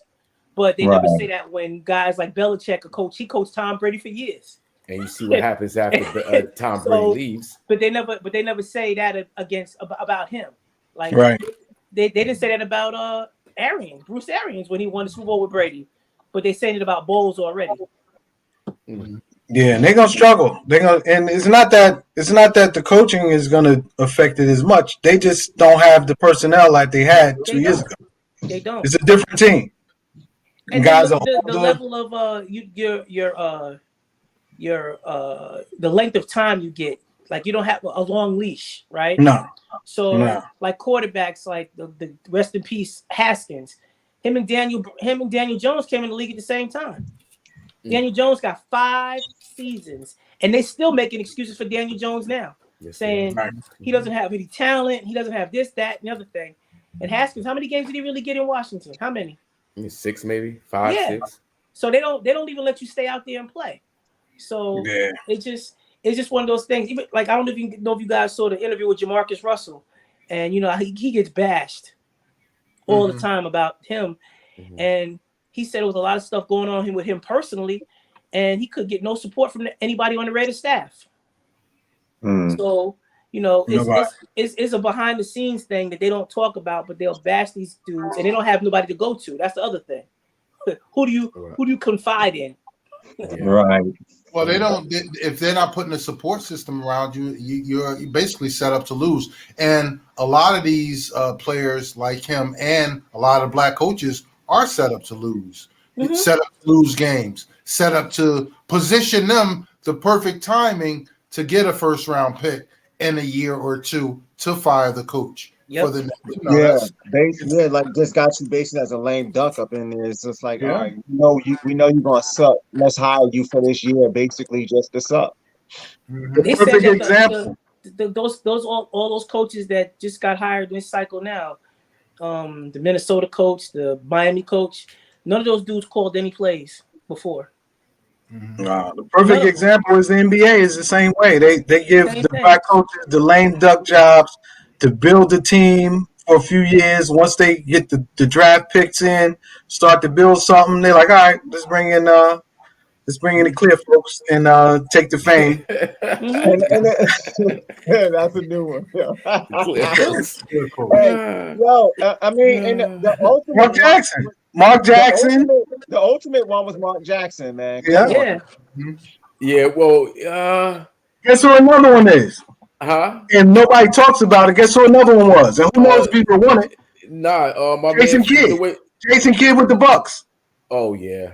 They fired him. But he built that team up, and in a few years they won it. Dwayne Casey with Dwayne Casey. I'm about to say Dwayne Casey too. Yeah, that was the clearest did example. Some dirty stuff to Byron Scott. Byron Scott went to 2 finals, and next thing you know, you're hiring Lawrence Frank. Right. And guess who's the all-time Nets winningest coach? Is freaking Lawrence Frank, bum ass. Yeah. He that's the leash you're talking about, Wes. That's the leash. He coached there forever. I know. And won nothing. Scott Where was he before? Where was he before the Nets? He called his. I don't know. The Knicks, right? What Lawrence Frank came. Lawrence Frank? I don't know. No, He Lawrence might have Frank been. came from the He was Nets. with the Knicks, He was right? from the Nets. Nah, the Nets. He He was came The up Nets, on but the- before where did that. he come from? Where did he No, come before that, I think he was Utah. He was an assistant, wasn't he? Nah, I think No. Lawrence Frank came up from the No. bottom with the Nets, yo. Yeah, he went to Ohio State. He had a Okay. hookup with the Nets and worked in their front office for a while. And then they elevated him. He used to be at their practices, and they elevated him to an assistant coach.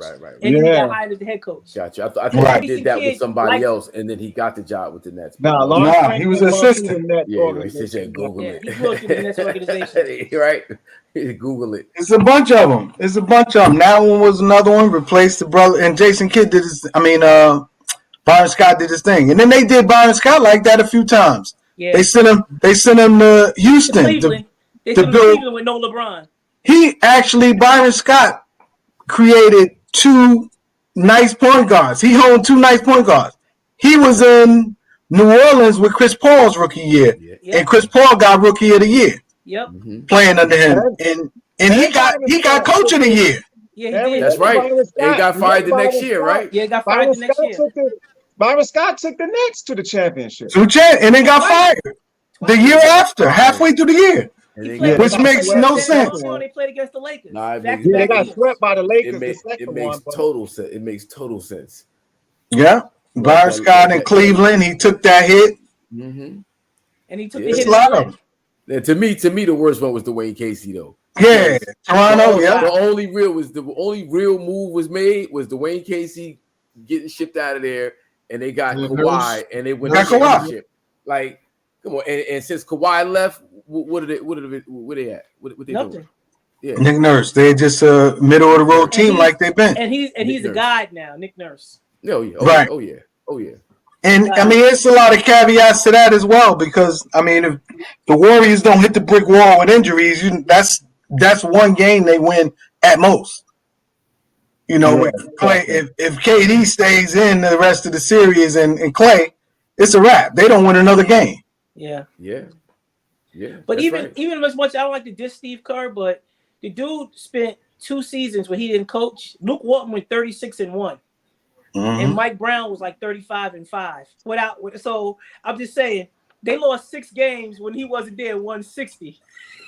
So it's kind of like, is it his system or do he really have the players? It's a combo. I think It's a combo. It's a combo, but the players are definitely.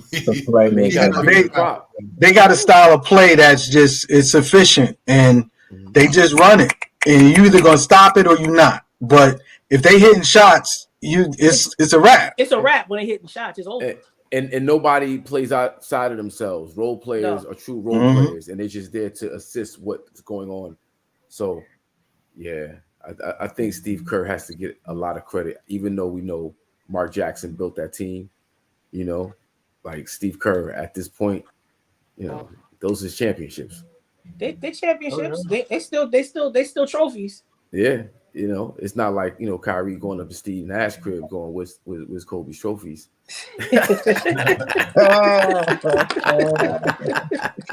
Yeah, they wild, man.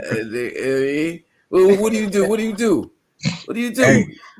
Hey, you call Kareem because Kareem going in right now. Yeah, Kareem went off with somebody else. Yo, what's going on right now? He went in on Kyrie and all the stuff he's doing. Kareem Abdul-Jabbar wrote an article and was like, "This dude is a buffoon." All the stuff he's pulling, you know. Yeah, he went in. I didn't read the whole article, but I read the top of it, man. He went hard, man, on Kyrie. Wow, I gotta read it. He went hard. I saw that today. I saw something about it, but I didn't see them get into it. I didn't see what it was about. I didn't pick up on it. Yeah. I mean, well, Kyrie's about the ball this year. Hopefully, this will, you know, keep him in that focused direction. You know, Nah, what's gonna keep him in the focus direction is that check that he missed out on. This is a contract. Yeah, he's looking to get Absolutely. that 200 million supermax. That's what he's trying to do. So we'll see. Right. Yeah, if he does what he needs to do, but they got to win too. He can't just play well and score. They got to win. They don't get past the second round. They gonna pay him, but they ain't gonna give him the max, the super max. And he's got that comes with a caveat of all NBA first team, second team, or third team. He got to be all NBA to get that. That's the levels. That's why Luka. That's why Trae Young got it. All the guys that got that 200 million supermax a couple years ago, they was all NBA and all stars. But that's what's going to dictate whether or not he gets it. Well, if they stay on the floor, they got the squad to do it. If they can just stay on the floor, they stay healthy. I don't think nobody's gonna beat Golden State. Who's the best point guard in the NBA? Oh man, this is a tough one. Ja Morant. Not enough assists. Not enough. Now, regular season or playoffs? I mean the whole thing. Well, we playoffs because you got to get to the playoffs. You got to get to the regular season, get to the playoffs, and then we talking about the icing on the cake. So he had to end his. I'm a small dude. I like Chris Paul in the regular season. That's why I broke it in half. Regular season. Playoffs then. Yeah, Chris Paul tends to run out of gas. Yeah, playoffs, man, it's tough. Yeah. I mean, Steph is in the loop, even though he plays a lot off the ball. You got to put Steph there. Right. I was about to say, like, he is the point guard, but he's technically a two. He off the ball. He's playing a two. He off the ball. I mean, people argue, but honestly, you could say LeBron because he played the ball so much. He's on the ball so much. So you saying LeBron is the best point guard in the NBA? Is what you saying? Because he plays the point. Because he plays the point. So all right. So is he the best point guard in the NBA? Just numbers wise. Okay. I was just, this is one of my favorite point guards of all time. Just saying. LeBron's the best point guard in the NBA at 38 years old. It almost feels like it's either Ice Trae or Guy. Trae don't play no D, man. I watch him down here a lot, man. He don't play no defense, man. He's small. I mean, he struggle. He's 6 foot like CP.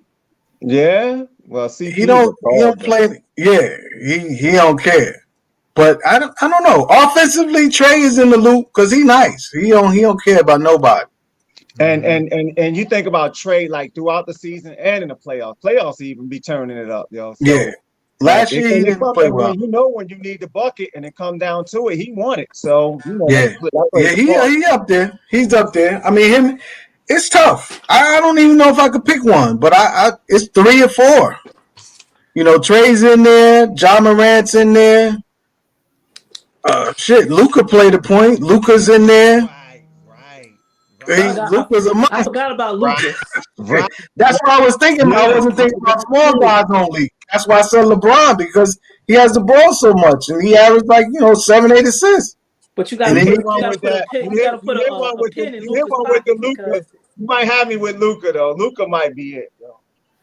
He might be right.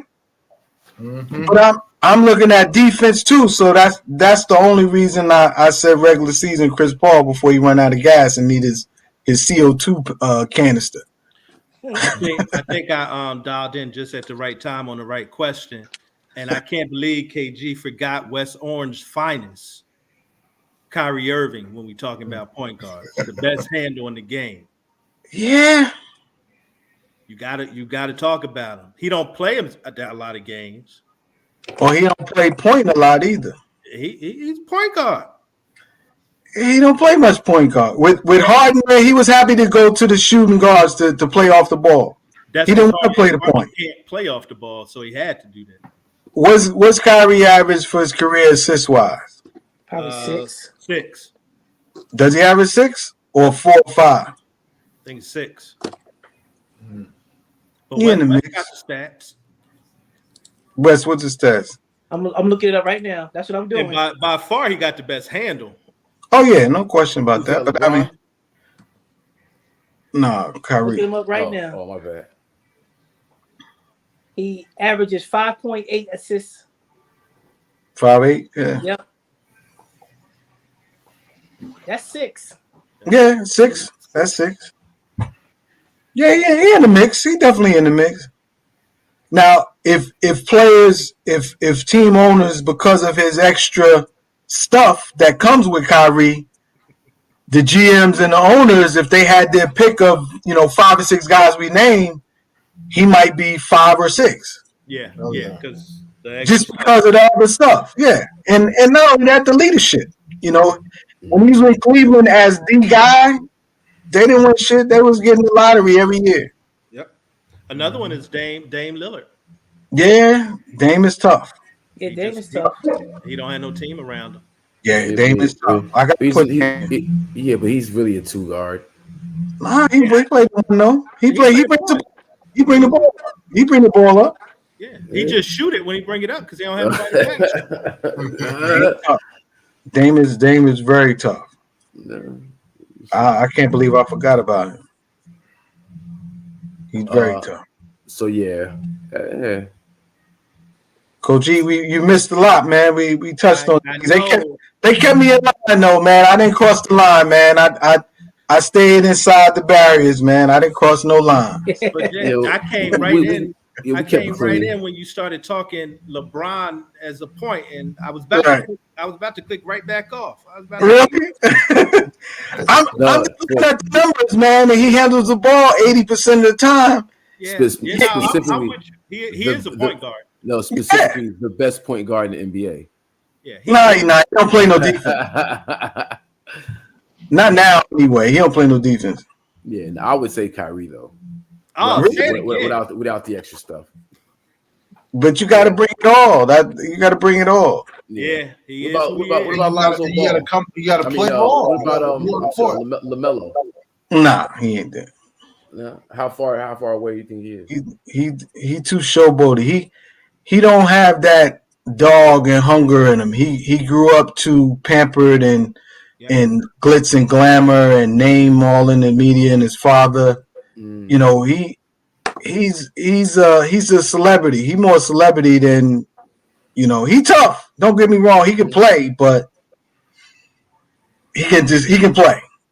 He just he's not that guy that's gonna move the needle. He'll get some stats, but he ain't gonna affect the wins as much as they think he will. I don't think anyway. I agree with that. Hunger. You get the money, the fame, and all that early. You ain't hungry. Yeah, I agree. They get it early too. They got it real early. It takes a real different cat to get the bread and still stay humble and hungry. And you don't think the expectation drives people? Just people expect you to play at a certain level. Well, he got to look within his father's eyes for that. He drew all of that expectation, that extra pressure on. He almost killed Lonzo's career in LA. And he's in a real LaMelo's in a real comfortable spot in Charlotte. Nobody's pushing him to do anything. That team is building around him. They're not, they're gonna win in Charlotte. Yeah, exactly. They're gonna very comfortably be mediocre. You know what I'm saying? He's a ticket sales. He affects the ticket sales. Yeah, he does. They're gonna come see him here. I mean, I'm in Charlotte, and he's definitely box office, but 500 team, just below, just above. That's all they aspire to be. Playing game. Yep. Get in the playing game. Keep it interesting. Jordan ain't trying to. Lonzo might not play basketball again. Jordan wastes that money on. Said Lonzo might not play again. Really? Wow. He can't even run or jump now. Still, walking. He had that last surgery. What do you have? The scope, the same one that a lot of guys in their career, Tracy McGrady. I think so. Oh, wow. Yeah, I don't think he has any ligaments anymore. The micro surgery. He might have to go overseas and get the blood infusion. The plasma. Yeah, he might have to get that. Shit, Kobe went and got it. Yep. A lot of guys went and got it. Amari Stoudemire, he had it and he went and got it and played, like another 5-6 solid years. Tiger, A-Rod, they all did. Yeah. The plasma. I think he should go get that surgery They said he can barely walk, jump, or run. Yeah. Wow. So, off Alonzo, on to Ben Simmons and how he looked the other day. How did he look? He looked I wasn't mad. Yeah. Yeah. The same?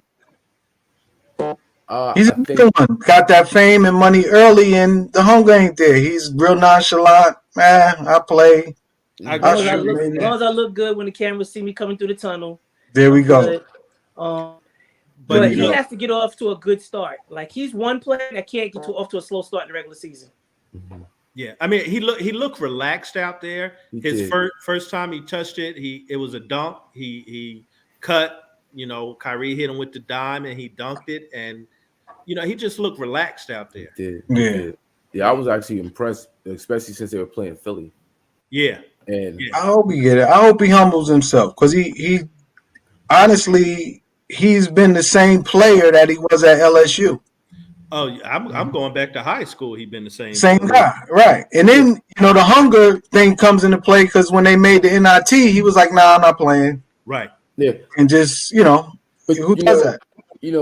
After hearing what happened to his back and how that was actually a real thing.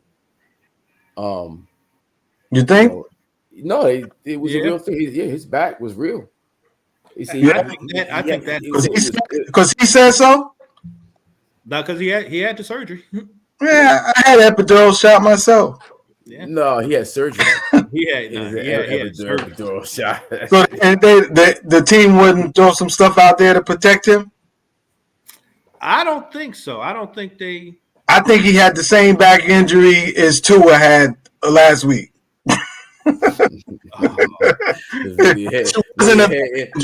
Injury. Tua said he had a back injury. Did he have a back injury? Nah, he had a concussion. Right. He was just mixed up. He didn't know what he had. Oh wow! I think Ben Simmons had a heart injury. He had heart surgery. He had open heart surgery. He had heart surgery last season. Yo, Kate, we talked about how the Brooklyn Nets looked the other day. I was watching it. Yeah. What was it, mad? Wasn't mad. Ben Simmons looked good. KD, Kyrie, they looked like they had a little chemistry going on. Was it mad? Yeah. He tough. He tough though. He got a definitely a nice skill set. Yeah, Hey, y'all talk about his game. Did y'all talk about what you call him, yo? Did y'all talk about no, when I just popped out, I just saw Judge hit the home run. Oh, 62? Oh, he finally did it? Nice. Yeah, he got 62. He just hit it. All right. Yeah. Finally. They wasn't gonna let that go. That's right. I forgot they played a doubleheader today. Yeah, he hit it. When I popped out, it said 11 minutes ago that it happened, I guess. Okay. Oh, wow. Big news. Congratulations to Aaron Judge. Now he owns the Yankees record, right? Yeah. Yep. Ain't it the AL League? It's the AL record. It's the AL record. The American League record. The American League and the Yankee record. Yeah, it's the non-steroid record too, I believe. Yeah, it is. Hopefully. I'm saying. Technology advances. They might have some new stuff. That's the big boy right there. Yeah, he is. He's solid. And they're gonna make him they're gonna have to break out the checkbook heavy. Yeah. For him to stay. If he wants to stay. I don't think he should leave, but it depends on them numbers. Some guys, the baseball numbers. The Yankees got all He the might money in take the the train world, right bro. out to Queens. That's what he might do. Them baseball numbers. That's not happening. Nah, they're saying he might do that. Hey man, that's real money over there in Queens. They ain't listen. Steve Cohen's saying whatever, but the Yankees they ain't letting him go. The checkbook is open. It's open. It's not happening. It's just not as big as the one in Queens. No, it's not. The story in the Bronx The Yankees is way bigger than the story in Queens. There's so much other money that's over in the Bronx that just you don't have access to in Queens. Hey, it all depends on if he want his money. If he want his money, they got that money in Queens. They're gonna give him all that money. He might want his money. He walking. But 100. It ain't gonna be that disparity. I mean, whatever the number is, right? Let's just it ain't say gonna be a big enough difference, yo. It's not gonna be a big enough difference. Like you guys, just the Yankee pinstripe brand is just it's different. It's the Yankees. It's the track, and then it's the keys to the city and all the endorsements that come with that. Being the king of New York, That Derek Jeter, you can't buy that. Babe Ruth, So the King of New York can't Mickey switch Mantle, boroughs? And the Reggie Mets, Jackson. I don't know. I don't know. You know what though?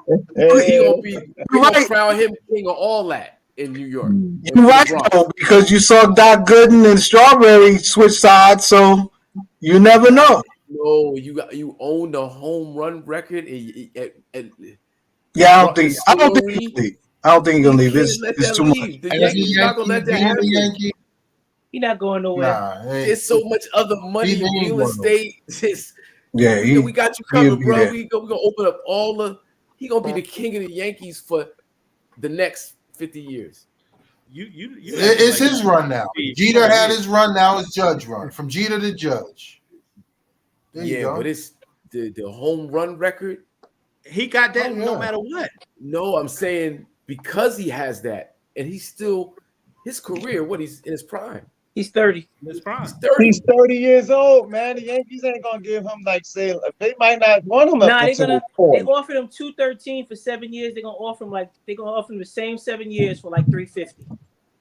You see how A-Rod never left once he got to the Yankees? Mm-hmm. It was always and they always here. He's bigger than A-Rod. As a Yankee. I think Steve Cohen got a lot of money. He does. Oh, he got a lot of money. He got the most too. Citi Field is a cute little stadium. It's not Yankee Stadium. He's proven. It's a cute little ballpark, but it's not Yankee Stadium. He's proven what he needed to prove at Yankee Stadium. Move on. Right. Just saying. Like I tell a lot of people now, when they call Aaron Judge, the phone got to ring 27 times, not twice. Hey man, he gonna get a big check, man. No matter what happens, he gonna get it. He is gonna get it. Yeah, he's gonna get paid. 400. So I mean, I don't know what his number's gonna be. It's going to be ridiculous. I'm saying 400. Yeah, I think it's going to be around 300, right? It depends on how long he wants. It may be 5 years, 250. If he does whatever deal he does with the Yankees, it's going to come with a ton of endorsements to support the Yankee deal because he's staying in New York. Mm-hmm. You're going to have all the businesses, all the corporate sponsorship. They're gonna be all over him. And let me tell you this: the season is not over. I don't know if what they're gonna do in the postseason, but if they have any success in the postseason and he's a part of it, you can guarantee he ain't going nowhere. He ain't going nowhere. I agree with that. You can guarantee it. Yo, so if you do a little survey, Mark Gray said it's like East Orange versus Clifford J. Scott. What you say, Pearl? Okay. Depends on the year. Is it bigger? Which is bigger? It depends on the year. We didn't the Strange. Well, we did play them. We the two out of three. I got 2 out of 3 against Clifford Scott. 2 out of 3. But they got some ringers like Clifford Scott. Yeah, no doubt. I know that group 2 was a little light. That group 2 was a little light in the ass.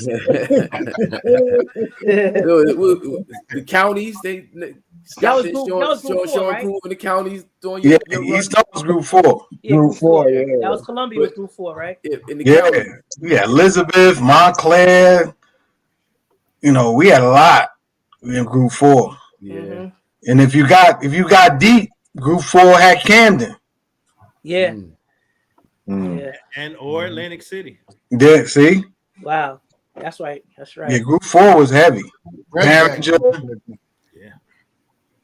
The group 4 was heavy, group 4 had Luther playing against Brian Caver.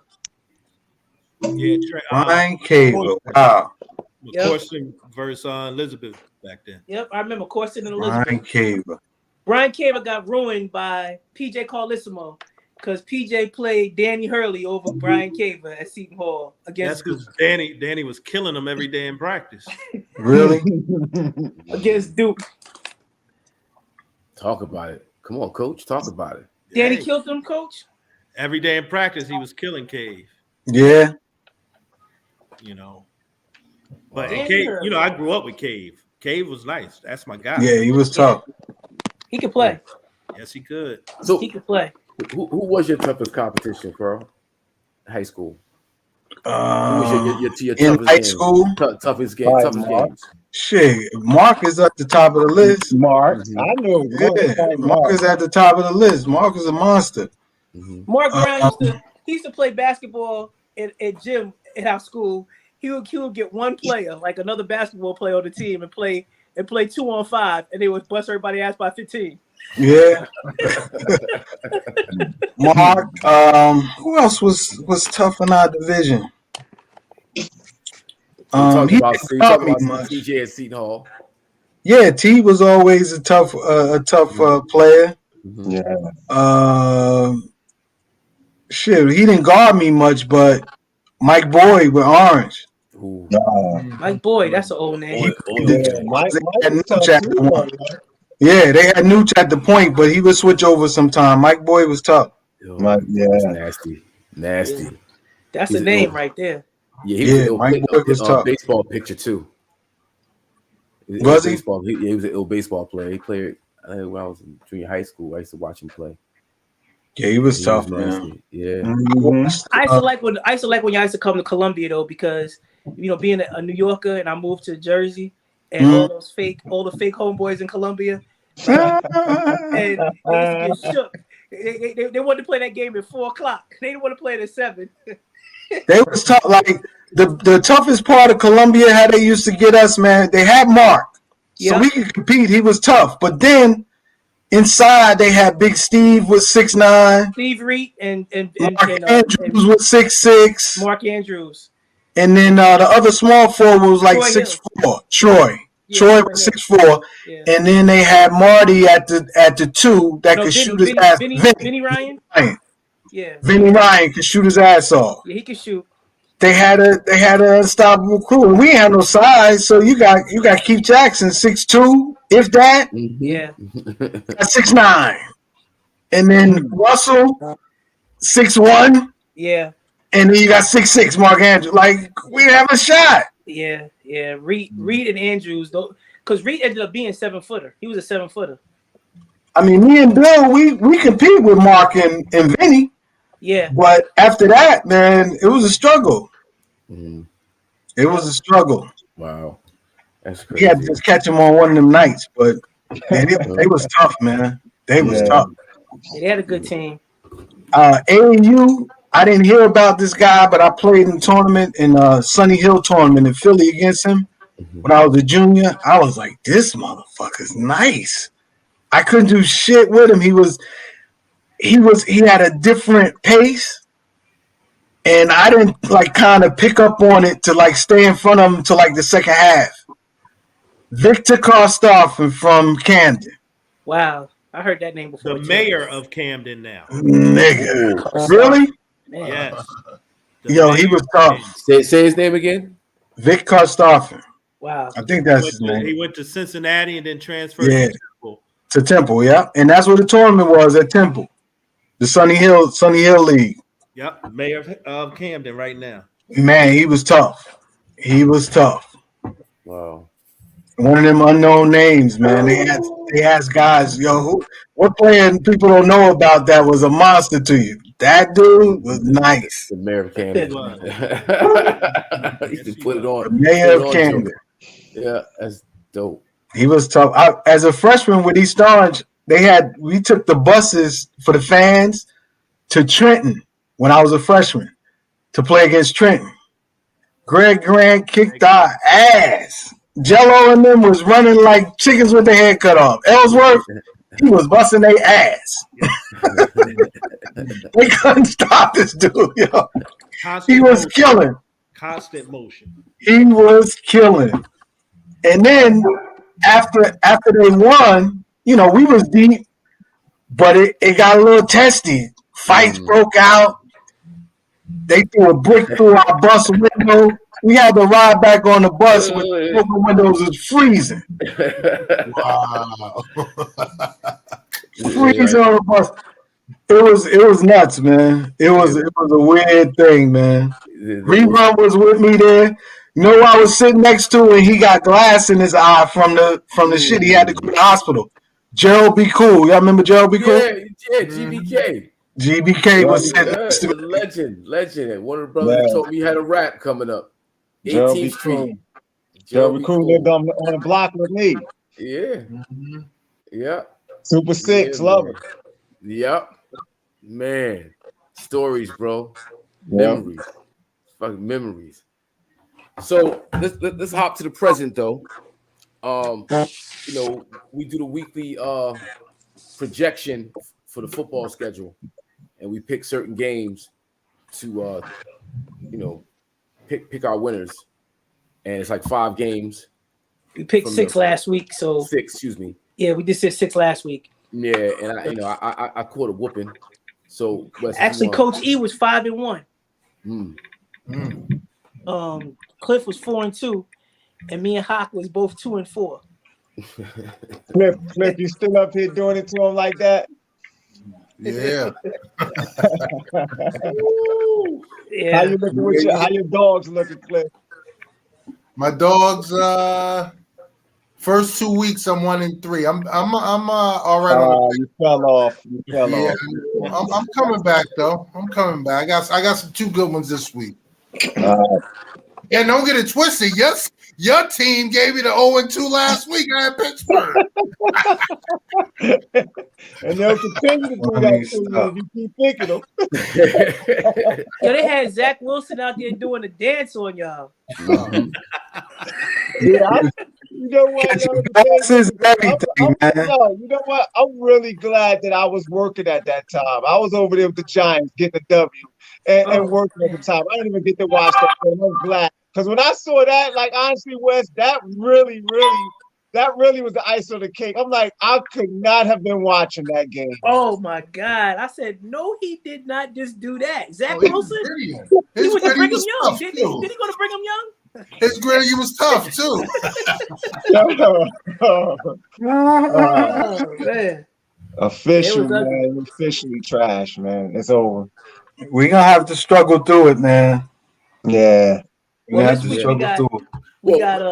Colts and the Broncos. Wait, Wes. Wes, because when we're talking earlier, K North Pearl was on here. So while they're here, how about them Cowboys? Hey, might as well punish them. You know what I mean? How about them Cowboys? You know what I mean? Yeah. I just want to know. I mean, Cliff, West, you guys are hardcore Cowboys. Y'all about to bring Dak back. Me, not as much, but the old Cowboys. Y'all gonna bring Dak back and be the same Cowboys. Nah, we got D now. Oh, no. We got a D, a legit D that travels, and a freak on D. We ready. We here. And Dak. This is gonna be a good season for the Steelers because now I think I'm gonna get my movie put in motion. Omar Epps is it's gonna be on. He's gonna be doing the Mike Tomlin story. Omar Epps, let's do it. Let's make it happen. Wow. Yeah. Wow. All right, so I got that out the way. All right, Wes. Let me just say this though. Let me just say this real quick about your Cowboys though. Yep. Like looking at Tampa Bay struggling, looking at the Rams last night, Cowboys might have a chance, yo. Yeah. It's week by week, man. You know, because we all know. But I'm just saying, looking at this early, they might have a chance. Like I said, might. Because you know how the Cowboys do. Yeah. They will let you down. In a 4 o'clock game on prime time. Once they go back to normal. They go back to letting you down. Yeah, they'll let you down. See, humility is gonna come in with Philly. Yeah, huh? Philly's looking good. Philly's gonna give humility. Yeah, for full transparency, I said earlier that though what's his face? Cooper Rush is having some success and they moving. I'm a little wary about their point production. I don't think they're putting up enough points. I know the defense is stacked. But as you go further the season, you start playing more quality teams who can put up points. You know, can Cooper Rush or Dak Prescott put up points to match their opponent? So I want to see how that unfolds. I'm not totally bought So in. Yeah, I'm not totally bought into the Cowboys. Yeah, Just for yeah, full because transparency, I ain't gonna. it comes down at the end of the day, when it comes down to it, and y'all run into them back on 49ers again, they get the running all through y'all like they did last year. It's over. Hey, KG, can you say that again? Say that 49ers thing again. Yeah, and when it comes down to it, the 49ers gonna get the running all through them like they did last year. Debo and the boys. Hey, Yeah, you off saw them last Well, that night, actually, man. 49ers can do it to you. They will they do it tough. to you. They Yeah. off topic real quick before I gotta that's head actually out. the soft part of our team. Real funny story I meant to tell you earlier, Hawk, and I got Doc on the line on here on the podcast. He we were playing Orange at Orange, right? Troy packed house. You know, that was another rivalry. Packed house on the one side. Troy Glover hits a jumper, a short jump off a rebound at the buzzer. We were down one. He gets it off a rebound, hits the jumper at the buzzer. We win. Everybody's going crazy, swinging. Mark Gray runs towards me like this, yelling. I was there. He swings his arm like this and punches me dead in my face. Yeah, I was there. Yeah, I was there. I was on the floor sideways. Knocked out. I remember that like it was yesterday. Different people. I'm out. I woke up in the locker room and somebody was standing in front of me with the smelling sauce, waking me up. He was like, Wow. you. This is how he said it too. He's like, you was knocked the fuck out. Mr. West. Mr. West. You got the fuck out. Fuck out. Coach West. Love that dude. Love that dude. Oh, Mr. West. You got knocked the fuck out. You know, you can see him saying it, right? He didn't give a fuck. He said, you got knocked the fuck out. Butter yum yum. He called niggas butter yum yum. Happy meal. He was like, put some ice on. So I'm sitting there with an ice pack on my nose and eyes. I had all the effects the next day too. The headache, the little owl makeup under my eyes. Crazy. The raccoon look. Right. Yeah. I remember that. Funny times. I was like, man, I was looking out for the orange people. I wasn't thinking Mark was gonna catch me. It's crazy. Oh man, memories, man. But yo, it was dope having you on the show, Pearl. Yeah, Pearl. You know, man, love you guys, man. Love you, bro. And we gotta have you back on and share some more of these memories and get your input on current events. You got the hot topics. You be in the comments posting links and keeping jokers abreast of the backstory. That's it, man. Always pop in. Yes, sir. Always pop in, man. Always in support, man. My man. Peace, God. Peace, God. Later, fellas. Peace. All right, later, man. All right, girl. Yeah, fellas. Yeah, we got KG in here, so I know the Cowboys gonna win this week. Hey, I might come up in here and jinx y'all now. That might be what y'all need. Oh, yeah, that was it last year? We was 0-1, and then we won like 8 in a row. It was just like K kept coming on TV like this. Yeah, but they end up in the playoffs. Did they right? end up in the playoffs? And they went end up in the playoffs. Yeah, they did. Yeah. San Francisco They got blown out, but they went to playoffs. That's the thing about the Steelers, man. They always look cruddy in the beginning of the year, but about mid season, Tom. Yeah, Pittsburgh is going to be. They figure it out. They figure it out, but this was going to be they got a tough stretch coming. That division real tough this year. Yeah, that division is tough. Yeah, and your next three, it's the next three because if you lose all three, you 1-6. I mean, that's a tough hole to come out of. Yeah, that Jet game was tough. Yeah, that wasn't supposed to happen. No. Speaking of division rivalries, Jacoby Brissett in Cleveland. He's been seeing some success now. But they lost the other day. Did they lose? Yeah. Oh, no. Yeah, they lost to They're Atlanta. 2-2. But this is, as far as parity in the league, you talking about there's 15 teams that are 2-2. Mm-hmm. So I mean, I don't think it's ever been that much parity in the league since like 2003 or something like that. And only one undefeated team. Yeah, and only one winless team. And the Eagles have like the best schedule right now the rest of the way too. Yeah, they do. Yeah. Great schedule. They do. Yeah. Well, I got well, how many games we're gonna pick this week? I think we'll do 5 this week. Whatever's clever. We got the first game is a Thursday night game as always. That's the Colts at the Broncos. Colts, Broncos. Broncos. You got Cliff. Broncos coming off a loss. I'll take Broncos. I'll go Broncos too. I'm going Broncos. You want to jump in, K? You think you will put your pick in, K? Might as well. Broncos. Broncos. Colts stink now. Yeah, they do. Okay. Then we're gonna have the 8 o'clock game Sunday is the Giants and the Packers. No, excuse me, that's the London game. That's a London game. The Giants and the Packers. At London. It's in London. In London. I'm gonna take the Packers. So that Giants coming on mad early then, right? Yeah, 8:30. Yeah, I'm gonna take the Packers. Packers. I got Packers too. Packers.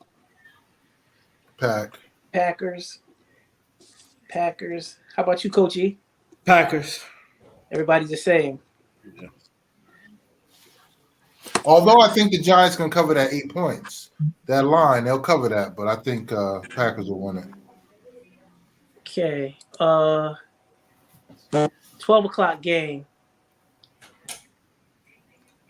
The best game I think at 12 o'clock is probably. Well, you know what? Let's go for the hell of it. Let's go Steelers and Bills. Why not? What? Come on, man! Stop, man.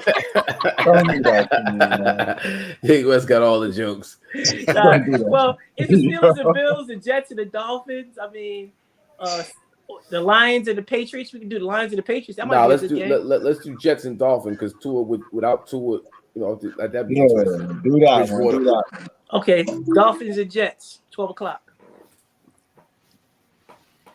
I still got the Dolphins. At Dolphins? No, it's at Jets. Jets. I'm going Jets. Ooh, I'm going Jets. I'm taking Jets. I'm taking the Jets. I'm taking Dolphins. I'm going Dolphins. Fins, Jets. Okay. 4 o'clock. Cowboys, Rams. I'm taking the Cowboys, actually. Of course you would. That's it. Of course Cliff would. Of course he's gonna pick Cowboys. It's at Rams, right? Yep. Rams. I'm thinking of Rams. Rams. KG.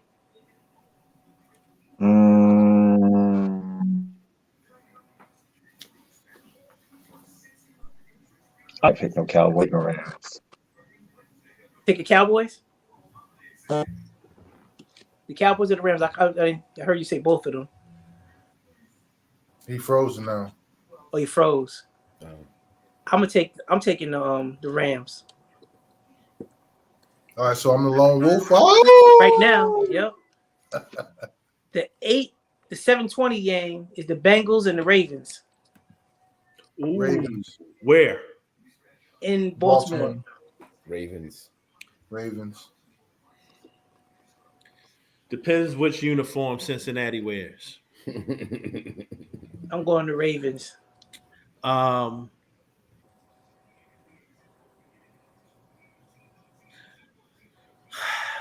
wolfing it. Ooh. There you go. The Bengals. And the last one is going to be the Monday night game. The Raiders and the Chiefs. In Vegas or in Kansas City? KC. Oh, KC. Chiefs. KC for me. KC.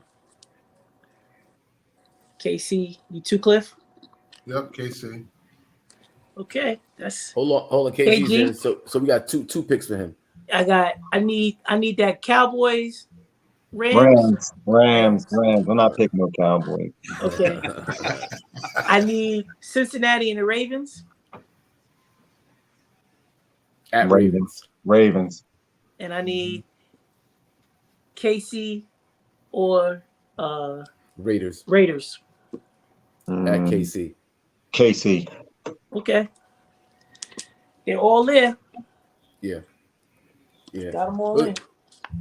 There's two things we wanted to discuss. One is the Tua situation in Miami. Well, the doc got fired, which should have happened, obviously. He's a scapegoat. It's a scapegoat, yo. Scapegoat. Because they couldn't fire another coach this soon. So the coach shouldn't have had him on the field. Period. No. Wow. Well, see, that says a lot because of Brian Flores last year, and his allegations in terms of ownership, kind of meddling in operations. It just the whole thing looks sketchy from an organizational standpoint for me. They were on a roll, money's rolling, fans are excited. You haven't seen this much success in some time. Expectations build. Oh my God, the quarterback gets hurt. We got to disguise this. Can we get him back on the field? I remember the coach when he got hired and Brian Flores kind of situation was thrown at him in the whole black coach scenario. And he made it clear that he was not a black coach. That he made it clear that said to me beyond race is that he wasn't going to buck the system. He wasn't going to take a stance. He was not going to push back on ownership if ownership decided to meddle. That's what I got from that. And here we are with Tua in the shape that he's in, and we all see that something went wrong in the chain of command with the medical establishment over there, and it's not a good look. Yeah, it's not. It's awful. Yep. Well, you see the cost. You see them prioritizing wins than over health and safety because that's all it was. They was in that game and thought they can win and said, we're gonna keep them in. Everybody saw what we saw. Wow. So they was trying to say what when he got up and fell that it was his back. Yeah. The first time, the first game before. If anybody watching that knew good well. Yeah. Got slammed. He stumbled. And then the very next game on the Thursday night. What do you guys think about that? When you got somebody playing on a Sunday night or the Sunday, and you come right back that Thursday, That's like being injured, but then just the whole idea of scheduling and how to scheduling wise, it shouldn't happen. You shouldn't play Sunday and Thursday in football. There's no way it should. They shouldn't have Thursday night games probably until after when the buys start, right? Right. So you get a game, you get the Thursday night game, then you're off that Sunday, so you get a full 10 days rest. Yep. They're scared of losing those early week revenues for the Thursday games because you got to figure the buys don't start until like week 5, week 6, and they're thinking dollars and cents. Oh, and if they hold off those Thursday games for that first month of the season, that's all they're thinking. The revenue. Yep. But that should be how the Thursday night games are scheduled, basically off of buys. Yep. That's exactly right. Yep. I mean, you don't want to have preseason games, so you're basically being hypocritical by doing a Thursday night game if you don't want to do preseason. That's why I was laughing at the Cowboys. They may have cost Tua his career. Yeah, they did. I think he might be done. Yeah. Well, do you think this is precautionary, them holding him out now because of optics, or do you think something is really, really wrong? Based on that dude's hands locked up. His hands were locked up. I saw that live, yo. That was crazy. Yeah, I mean, if you got a concussion, they gotta hold him out anyway. Mhm. You know, he wouldn't be Yeah. ready the next week to play. But the other thing that got me was he got a concussion and you put him on a plane that same night. That don't sound like the best medical advice either. No, it doesn't. No. I mean, I don't know the pressure in their team plane, but I've been on a plane here and there. It tends to affect the pressure in your head. They sure do. Definitely does. That's why when you land, you gotta pop your ears and do all of that stuff. Right. Yep. So a dude with a concussion, I don't know, man. The whole thing ain't right. I think they ruined that kid's career. I agree. But we'll see how the NFL handles it. But it doesn't look good. Oh, the residual effect of it too. I mean, how long this ultimately lasts, and I hope it's not as serious as it could be, because they did all the wrong things. Yep, That's they the one. did. They did all the wrong things. Mm-hmm. They were talking about on the radio, and they were talking about even when they started, really, really pushing the CTE thing out front and all that, saying how the percentage of enrollment in youth football and all that has dropped. Wow. Yep. Yeah. Chris Canty was talking about it on the radio one day. He was saying that, like a substantial drop, like really, really.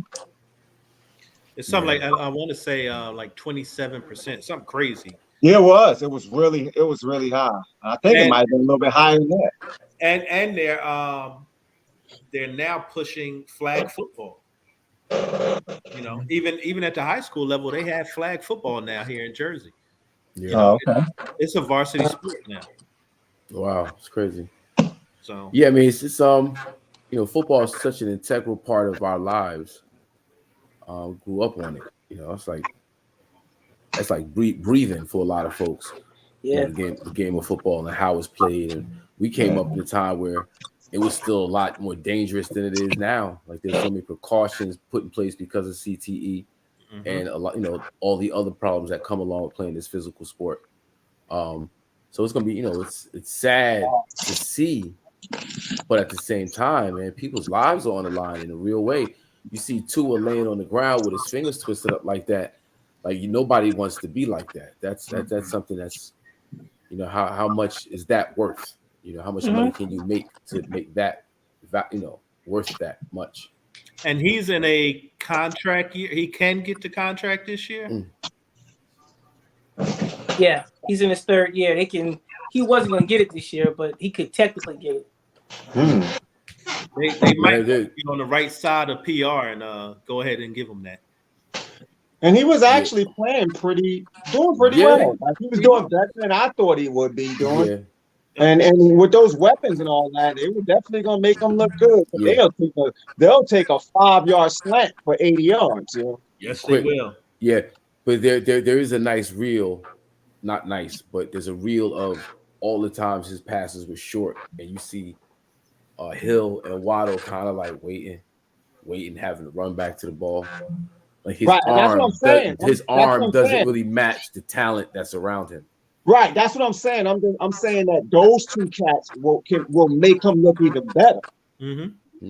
That's why they called the West Coast offense, because Steve Young didn't have a big arm, and they threw little slants and little digs and little go routes. He threw those passes on timing, and Rice and John Taylor and Roger Craig and all those weapons made Steve Young look great. So they don't have to. That's coaching. I mean, Tua is accurate enough to get the ball to the players, but you just can't throw the deep ball. So you run that type of offense, and he'll have success. Hey, Cliff, who was the receiving core that Marino had? Mark Duper, Mark Clayton. Mark Clayton. Yeah, the Smurfs. Super duper. Wow. Like now you had a Dan Marino back there, somebody with that arm that could make the Tyreek Hill. If you had Patrick Mahomes, like, speaking of which, what do you guys think of what he's doing right now? Patrick Mahomes, the numbers he's putting up. He don't get the credit I think he deserves. I knew he was going to be on the scorched earth tour this year because of how he went out last year. I mean, because remember, we saw And that the second half of that championship game, he looked like he was terrible. I mean, that was definitely the worst game of his career. So you knew he was going to come out this year. And if not for last week, I mean, they're going to be a tough out. They all just fell asleep last week against the Colts, but they're going to be a tough out, Kansas City. You got a squad, and that defense is going to get better and better. And he's going to be more efficient and probably more effective without Tyreek Hill, I think, because he's just going to spread it out more. The playbook is going to be open. He's going to go through his progressions. He's really going to be able to show his talent because, last few years he got into a jam. He threw it up to Tyreek. Period. You know what I'm saying? And then now too, he got Edwards-Helaire back there, but he also got what's that guy named Are you? Yeah. Yo. Oh, that number 18?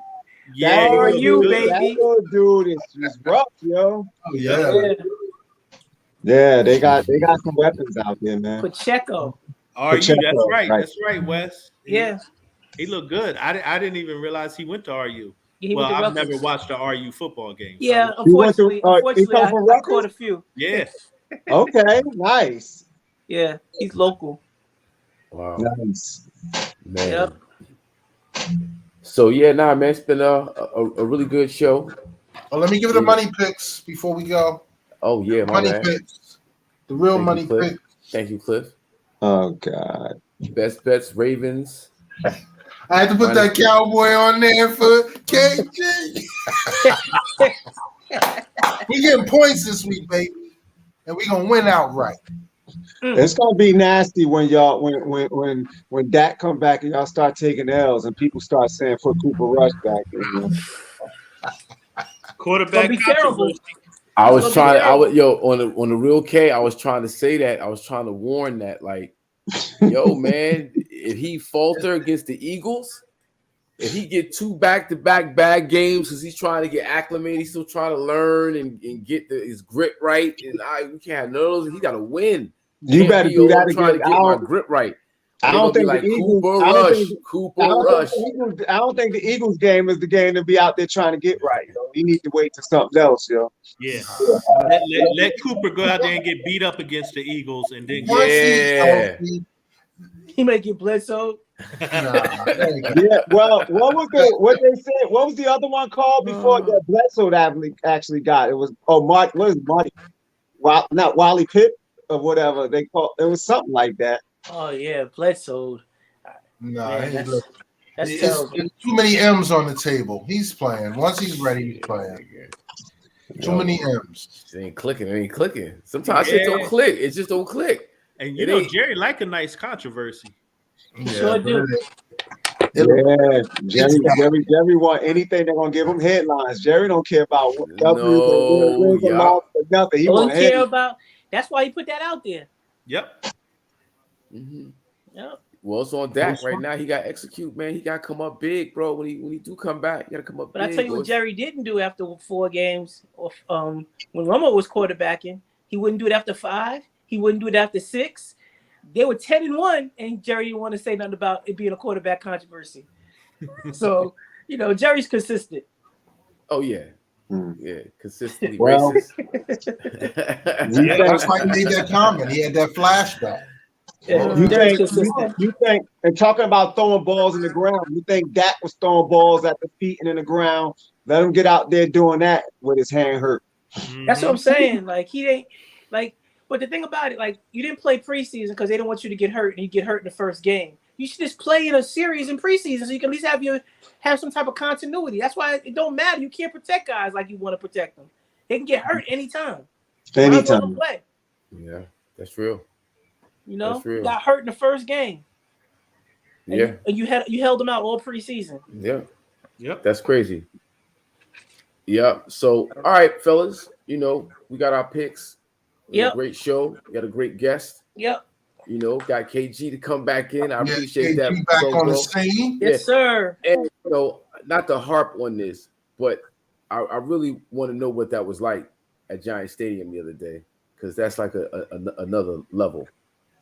Nah, it was cool. It was cool. It was in the rain and all that too, so you really caught the essence of football out. Yeah, it was brick out there. I see. And it was cold too. Yeah. Yeah, man. Yeah, It was So, cold and it was raining. Yeah. So, but salute to y'all once again. Yeah. And this is and Madison. definitely, like once again, really too real quick, it was hometown too. So it felt great, man. Yeah, Jersey in the building. Yep. Yes, sir. Yep. Yes, sir. Yeah. Absolutely.